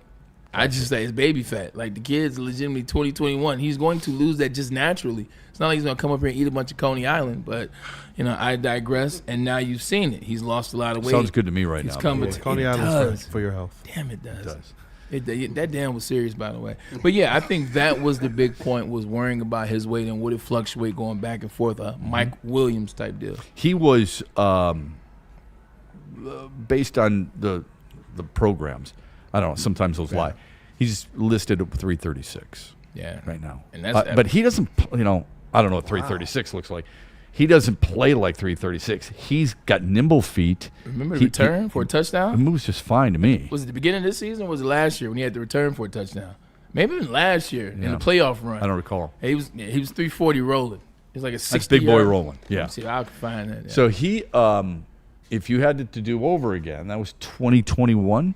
Was that draft? Is that right? That's the Aiden Hutchinson draft, correct? So you still get Aiden, but you had didn't they trade back up? Trade up to get Jama, who was taken just before Jordan Davis. Right, I believe. I mean, Kool-Aid can check me on that. I'm pretty sure Jamison Williams was 12. I believe Jordan Davis was right after him, 13. And the only reason I remember that is because I thought when they traded into that, I'm like, I was literally talking to a buddy of mine who lives in Atlanta, and we were texting, and I said, "Holy crap! Detroit's going to get a defensive end and a Jordan DT. Davis at 13. Yep. He was at 13. Yeah, right up to Jameson. That's what I thought. So I said, Detroit just moved up they're going to get their D end and the DT. And my buddy's a big Georgia fan, so he's like, "You're getting Davis." I'm like, "I can't wait. This is going to be awesome." And think about it from this point of view. Think about it from this perspective. And if you would have got Jordan, we're not playing that game. Yeah, I know. But we are playing that. I don't mean to start that. But we are playing that game. If you would have been able to get both of those in that particular year, you know who didn't do anything for the Lions that season? You know who didn't do anything for the Lions that next season until the last couple games and in the playoff? Jameson Williams. Yeah. So you essentially didn't even need Jameson Williams for that playoff run that particular year. And you didn't use him the year before that. So you would have had Jordan Davis and Aiden Hutchinson. Yeah. So he would have already had his Cam Hayward. Yeah. Full disclosure, I thought that's the reason they were trading up. The guy I wanted when I pick after that, I wanted Kyle Hamilton. That was Easy's guy. I loved him at Notre Dame. I mean, I thought he was fantastic. Speaking of Easy, Easy tweeted something last night that surprised me a little bit. He said the Lions don't pass the smell test. I want to get your thoughts on that, what the smell test is. Ooh, that smell, and a whole lot more. But first, we're going to hear from Les Stanford and Jack's Car Wash. And Les Stanford has, that's new car smell, right? That's a really good smell. Don't you want that to stick around for as long as you possibly can? Need it. Yeah, absolutely. Les Stanford's got that on their massive inventory. It's awesome stuff. Look at that. They've got the 2026 Hummer EV as low as $699 a month plus tax. They've got the 2026 Silverado Crew Cab LT. That blue one right there, that's what they were talking about. It's as low as $159 a month plus tax. And then you've got the Cadillac. For the high rollers like Braylon Edwards, the Cadillac Optic, $449 a month plus tax. Check them out today, lesstanford.com. High roller. Hey, I was gonna say, jump on these deals. $699 for the Hummer is still really good. It's really last month it was $599. Yeah, but last month it was a 220. It was a 2025. Yeah. This is a 2026. Yeah, it's fire. So yeah. Catch up, Mustard. Stay on. That is fire. That's a good place to use the word fire. Yeah. You know what I'm saying?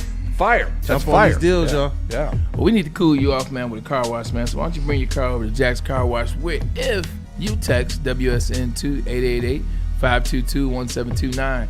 You can get a free car wash. We appreciate you, and thank you to you as well. Free vacuums, free compressor air, free mat cleaning rooms. We got the nines, we got the works for you, so just come on down. Also, you might want to sign yourself up for that unlimited plan. The unlimited plan is serious. It allows you to enjoy all the perks of every Jack's Car Wash in the state. That's right, all 40-plus locations. Come on down, man, because car washes are 365 days per year. Haircuts for men and claim your throne for a king's treatment from one of our talented stylists. Open 7 days a week. Walk in anytime. Just get to a Lady Jane's today and receive a precision haircut, scalp massage, hot lather neck shave, and a hot towel treatment. A haircut should not be a chore. It should be an experience. And that's exactly what Lady Jane's has to offer. Open 7 days a week. Walk-ins are always welcome. There's always a location near you. Lady Jane's Haircuts for Men. It's wicked awesome. Big injuries, big news. Twice a week, Dr. Jeff Pierce from Michigan Sports and Spine joins Woodward Sports Network for the Injury Insider Report. Big D Energy Tuesdays at noon. Braylon Edwards and Shep Thursdays at 3:30. Get expert analysis and in-depth breakdowns on the latest sports injuries from the man trusted by top athletes in the community, like D-Mac. Whether it's the Lions, Pistons, Tigers, or Red Wings, Dr. Pierce talks us through it all. Don't miss the Injury Insider Report with Dr. Jeff Pierce, your go-to source for understanding the impact of injuries on the games and players we love. Only on Woodward Sports Network. Scan the QR code on the screen or go to MichiganSportsandSpine.com to see if Dr. Jeff Pierce can help you. Looking for your daily sports fix? Look no further. Join Braylon Edwards, the University of Michigan legend. Lofting it right corner of the end zone for Braylon, up in the air. Touchdown, Michigan! And Shep. Do you believe this comeback? Your favorite sports commentator as they tackle the hottest topics in the world of sports. Catch the Braylon Edwards Show with Shep, Monday through Friday from 2 to 4 p.m. on the Woodward Sports Network. Get ready to laugh, learn, and love sports like never before.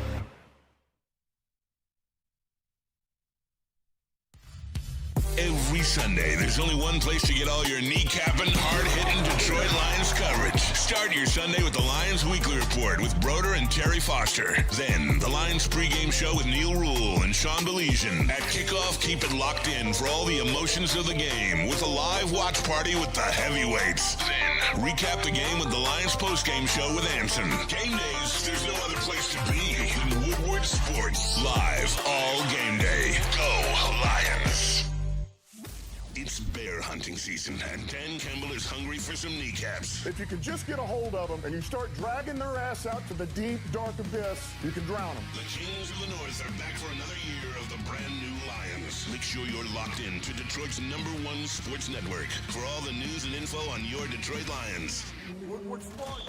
The Super Bowl parade in Detroit will be one for the record books. Detroit just does it different. Woodward Sports, your official Super Bowl or bust Lions network.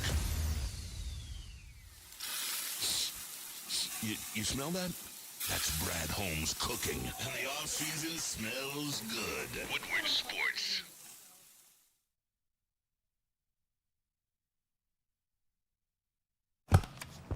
Let's do Dr. Pierce. Hey, what's going on? Dr. Jeff Pierce. He is the injury insider here at Woodward Sports. He is our guy. He has been the guy around the city for very long years. You know guys like Brendan Shanahan, Darren McCarty, and guys like that. Well, guess what? He was there for that Stanley Cup ride. Not one, not two, not three, but 4 times.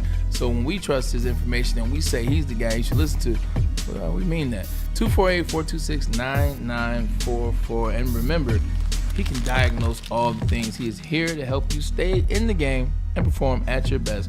Learn more about MichiganSportsandSpine.com, or you can call at 248-426-9944. He's a smart guy. Really smart purchase would be to get a Buddy's Pizza for that, co-worker in your life. Sometimes, those co-workers don't always get what they necessarily deserve. You want to show them some appreciation. How do you do that?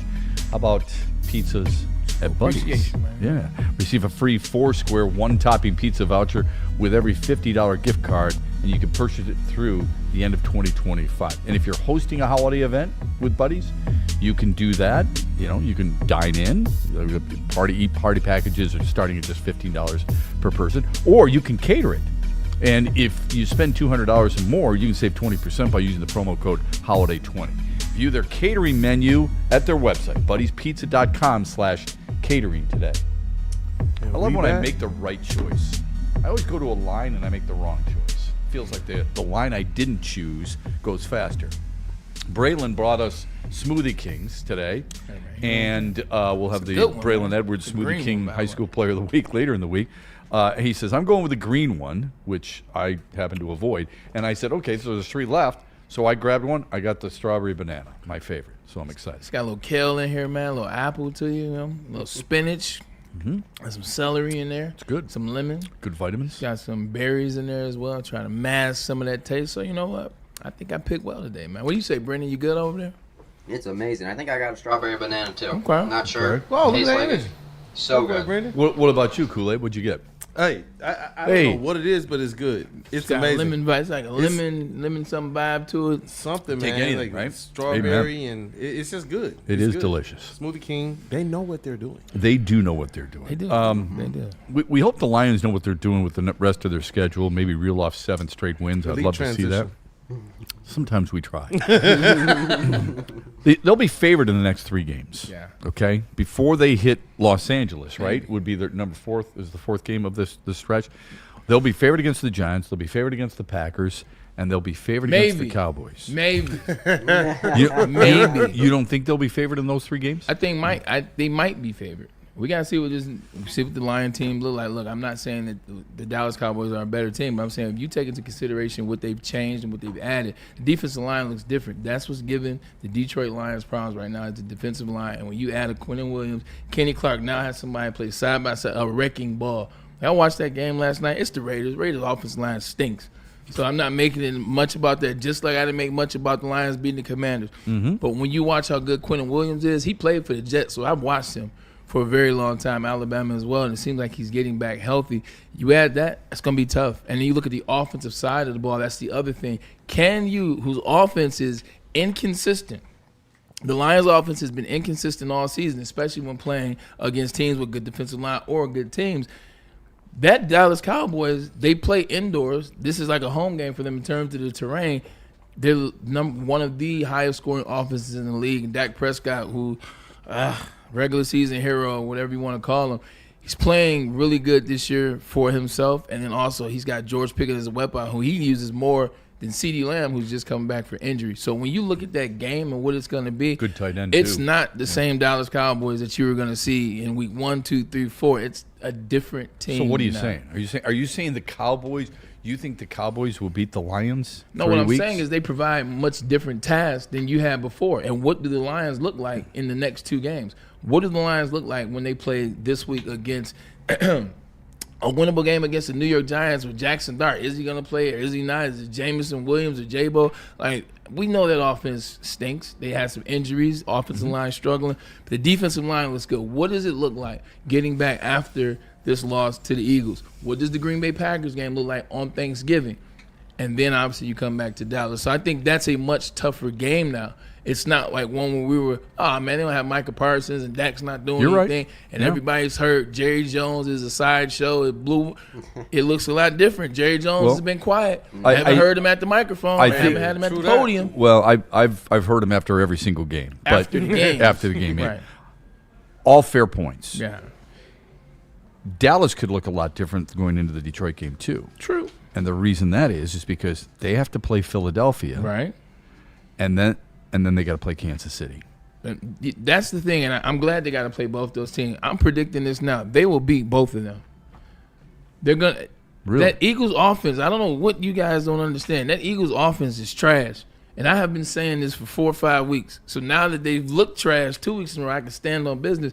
I don't like what that offense looks like. And when you play the Cowboys, one thing that you have to do is score points.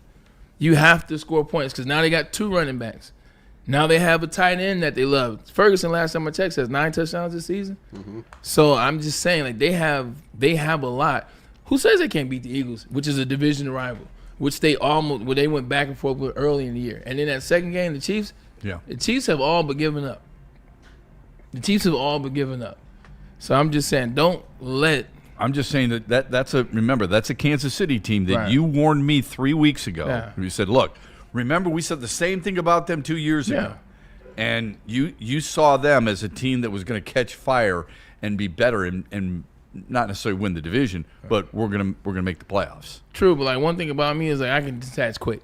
And I can detach quick, and it made me a terrible boyfriend earlier years of my life because I can detach quick. But I'm telling you, like, looking at that, you're 100% right. I wasn't even going there. It's none of my business. Not what I expected. I'm talking about what I did in my past life. I can talk about that. I talk about it all the time. Hey, keep like, it real when you're bright. talking about what they've done, it was fair to make that comment. When I'm talking about what I'm consistently saying after making that comment, they're still struggling. Yeah. They still don't have a sense of awareness about themselves in the offensive line. Like, it looks like this could be the end this season. Now, what they do in the offseason is up to them. But it's looking more and more like this could be the one they finally missed. Basically, what you're telling us, you're warning us.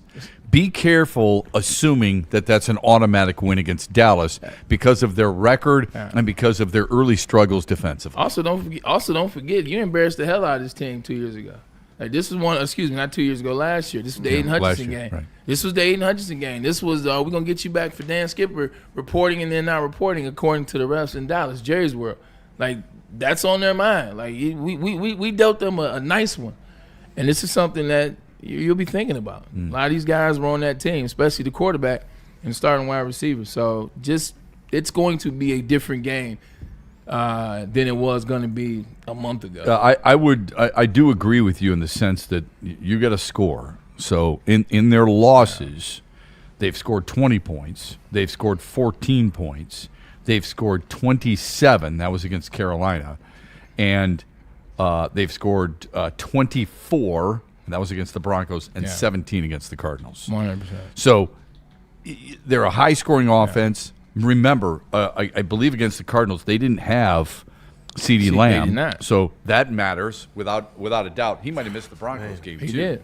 So those are 2 games right there if you're not at full strength. I'm not making excuses for him because if we're going to go down that road, we better start making sure we're making excuses for what the Lions are missing, too, and we don't do that. So I'm not making excuses for them. I'm just validating your point. Even in their losses, save for 2, and they weren't at full strength, They've got they put up some points, so you're going to have to score 100%. against them. Yeah, Right. interesting. So yesterday, Easy said Detroit doesn't pass the smell test. Smell test. What do you think that means? That's a common phrase used in sports, I think. I think it's a different way of saying the eye test, personally. But what do you think the smell test is on the Lions right now? It's a stinky diaper? I think that's what he's saying. Yeah. I think it's a sneaky. I think he's saying he believes it's a stinky diaper. It's not clean. In terms of Super Oh, Bowl yeah, I gotta change expectation you. or playoffs? Like 100%. Like it's a real deal. I found a stat randomly. I looked it up, so I guess it wasn't that random. There have only been 2 teams that have ever won a Super Bowl after being in 3rd place after Week 11. Because I know it sounds like a specific fact. It's not. After Week 11. Yeah, because I didn't say after 3rd place after Week 4, 5, 6. This is Week 11. This is pretty much into the season. This is when you know what you know. Kind of who you are. There's only been 2 teams who ever win the Super Bowl in the history of the Super Bowl era. Was one of them Kansas City that No. you brought up? It was not. Pittsburgh won as a wild card. Yeah, and that's the one I would have guessed, and Yeah. it was not because they stayed second. I played for Browns that year. They stayed second place all year.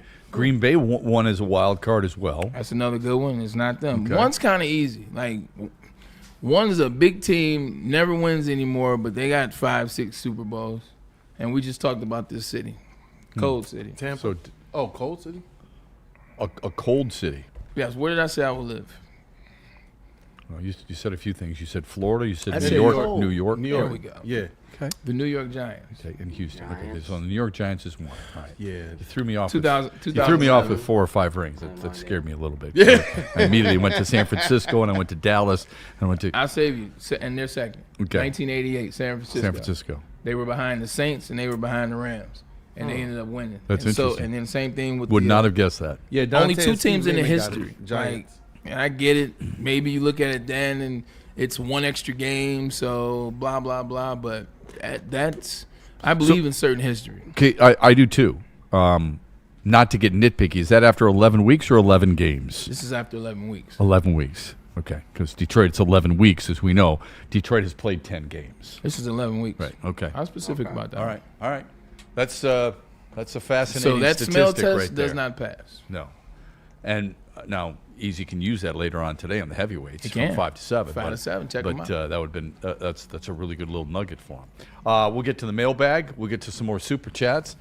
We've got more Smoothie King to drink during a quick timeout after this from Black Rock and Lady James. Oh, Black Rock, still the bar and grill that sizzles. And check it out, man. They got new items on the menu.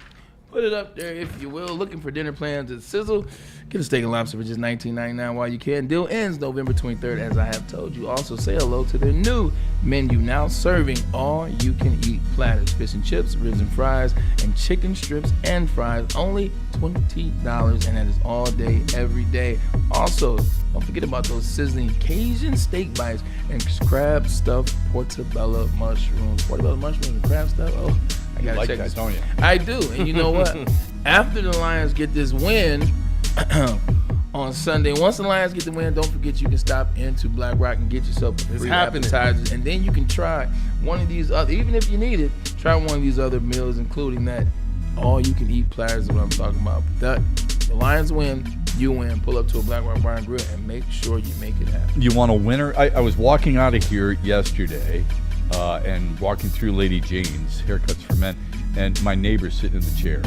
And I had watched him come in, and he put his head back in that sink, and he was getting a nice massage. He almost fell asleep, and then he gets a nice, good-looking haircut. And I thought, you know, Mike, good for you. You look really good.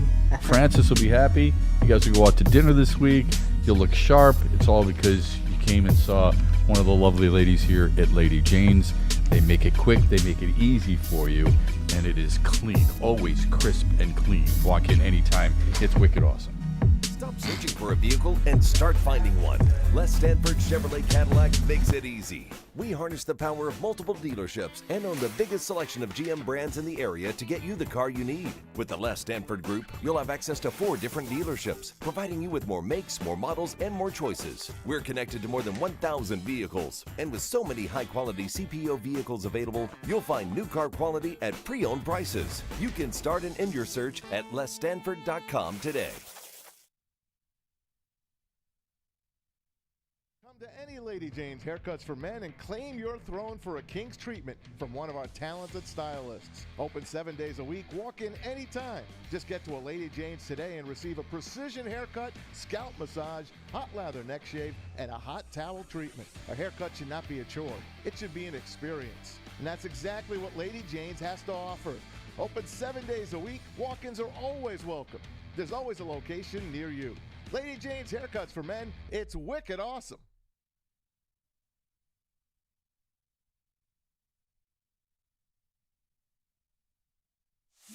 It's bear hunting season, and Dan Campbell is hungry for some kneecaps. If you can just get a hold of them and you start dragging their ass out to the deep, dark abyss, you can drown them. The Kings of the North are back for another year of the brand new Lions. Make sure you're locked in to Detroit's #1 sports network for all the news and info on your Detroit Lions. Woodward Sports, let's go. Wicked Pickle. If you guys are looking for the ultimate pickleball experience, you got to check out Wicked Pickle with 10 climate-controlled courts and a chill lounge with cold drinks. This is Metro Detroit's hottest indoor pickleball spot. You got to mark your calendars, though, for Woodward Sports Pickleball Open on January 9th. Yes, you heard that right. Scan that QR code, too, if you need to get more information or register. But you get to come watch your favorite Woodward Sports personalities go head-to-head against each other and other pickleball pros. I don't think I'm a pro, but I look forward to seeing you guys out there, all right? And don't miss the Woodward Heavyweights broadcasting live on Wicked Pickle from 5 to 7. Look, if you want in on the action, register today at pickleballtournaments.com or scan that QR code for a chance to compete and maybe even take down your favorite Woodward Sports personality. I'm not going down in round 1. I'll let you know that. And we're going to hear Way to from battle, Massage Kool-Aid. Chair. Way to battle.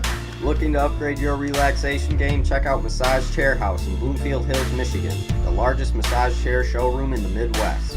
With the top brands for massage chairs like Affinity and Osaki, located near the corner of Woodward and Long Lake Road. Experience luxury comfort with Dr. Eric Duncan, the Wellness Doc, creator of the top YouTube massage chair review channel. Book a visit at www.massagechairhouse.com or scan the QR code. Massage Chair House, your ticket to ultimate recovery and relaxation. And we back. I know we talk about LeBron and things that he's done, like to piss you off over the years every once in a while, randomly, or maybe it's just me. I don't know. One of the biggest things that he's done that I don't like is the interviewing and being cool with players during the season. Like, if you want to interview players and do all that kind of cool stuff and all that cool jazz, do that in the off season. Like do that in the off season when it makes sense. Like, I'm old school. Like, when I used to get into WWF in the 80s, like, you would never see the Iron Sheik hanging out with Sergeant Slaughter. Now, they were hanging out, and they were best friends and things like that. But they just didn't let you know. But you didn't see that because it was kayfabe. You kept that going. Do that in the NBA. Like, why is LeBron interviewing everybody that he wants that he's playing against? And why are other players? You talking about during his podcast? During his podcast, okay. During the season, and other players are doing it as well. Like, why are you that buddy with? Like, it's no beef anymore. Okay. There's no battle. There's no back and forth. The last person to stick up for that guy is me. However, did you have a problem with Jahmyr Gibbs exchanging jerseys with Saquon Barkley last week? I don't care about the jersey swap thing. At the end of the day, when you look at people's because the game is over and collections. At the end of the day, you got Saquon Barkley's jersey. He ran for 2,000 yards last year. This is a peer at the time. It's gonna look great in his lower level or whatever he has. So I don't have a problem with that. But like the friendliness and I just don't like it. Yeah, it's not the we know it's not the way it used to be in the NBA. And let's face it, there's another reason why the Pistons are a little bit more of an allure to us. Is because they play as close to old school Pistons basketball as that we've had in a while. Right? So we love that. I love that. Okay, I love physical sports. I think it's important. Okay, I want to see the second coming of Darren McCarty with somebody in the corner. I love your attitude about, you know what, I am not going to be friends with you, okay, until the season is over. I love how the Pistons have that mindset. I think it's awesome.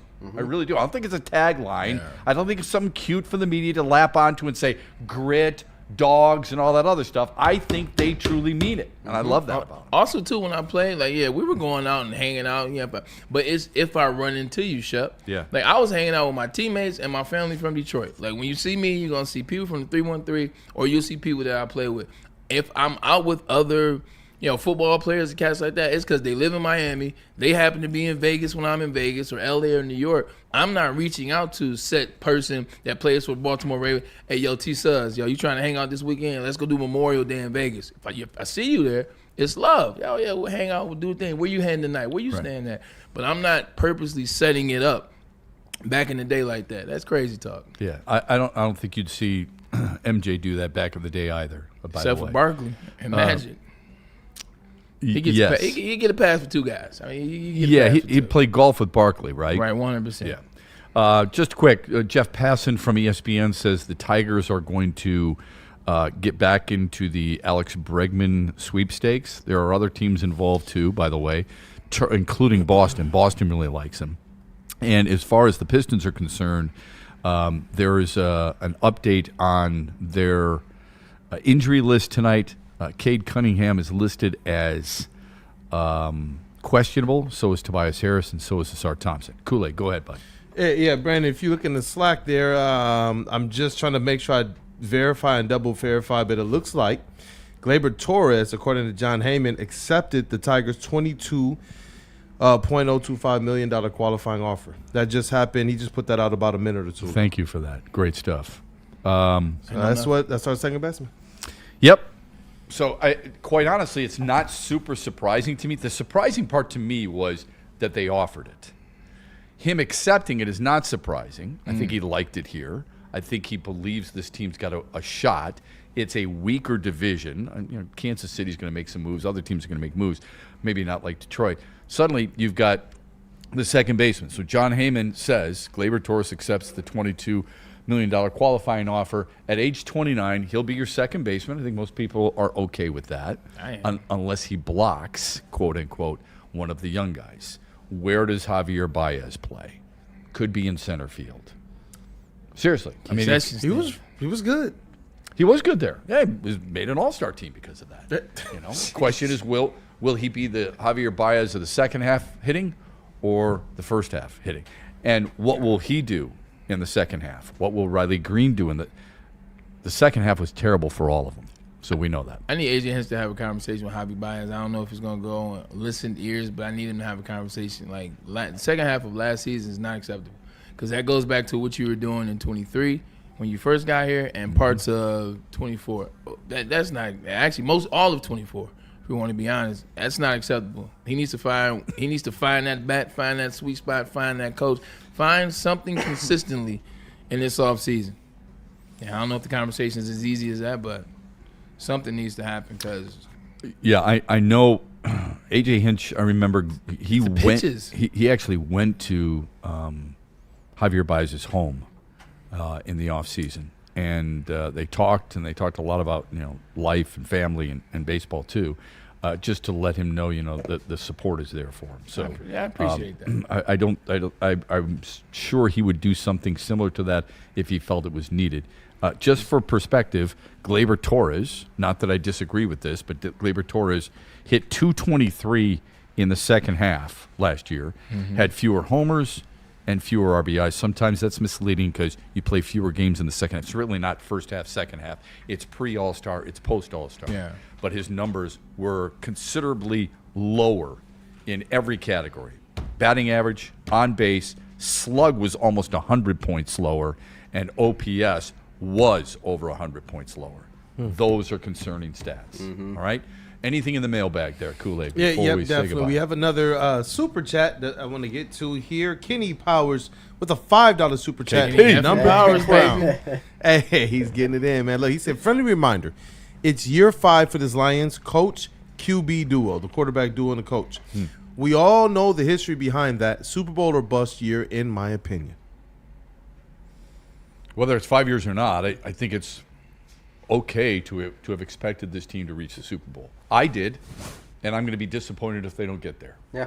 So I can't have a standard for last year's Tigers team and say, I think they need to get to the World Series. They fall short and say, oh, it's okay. It was a lot of fun. Thanks for the ride.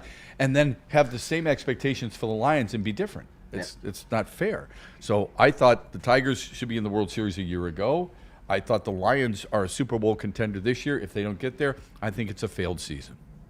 Yeah, at the end of the day, the last 2 years, Brad Holmes as well as Dan Campbell come to the podium before the season and said it is Super Bowl or bust.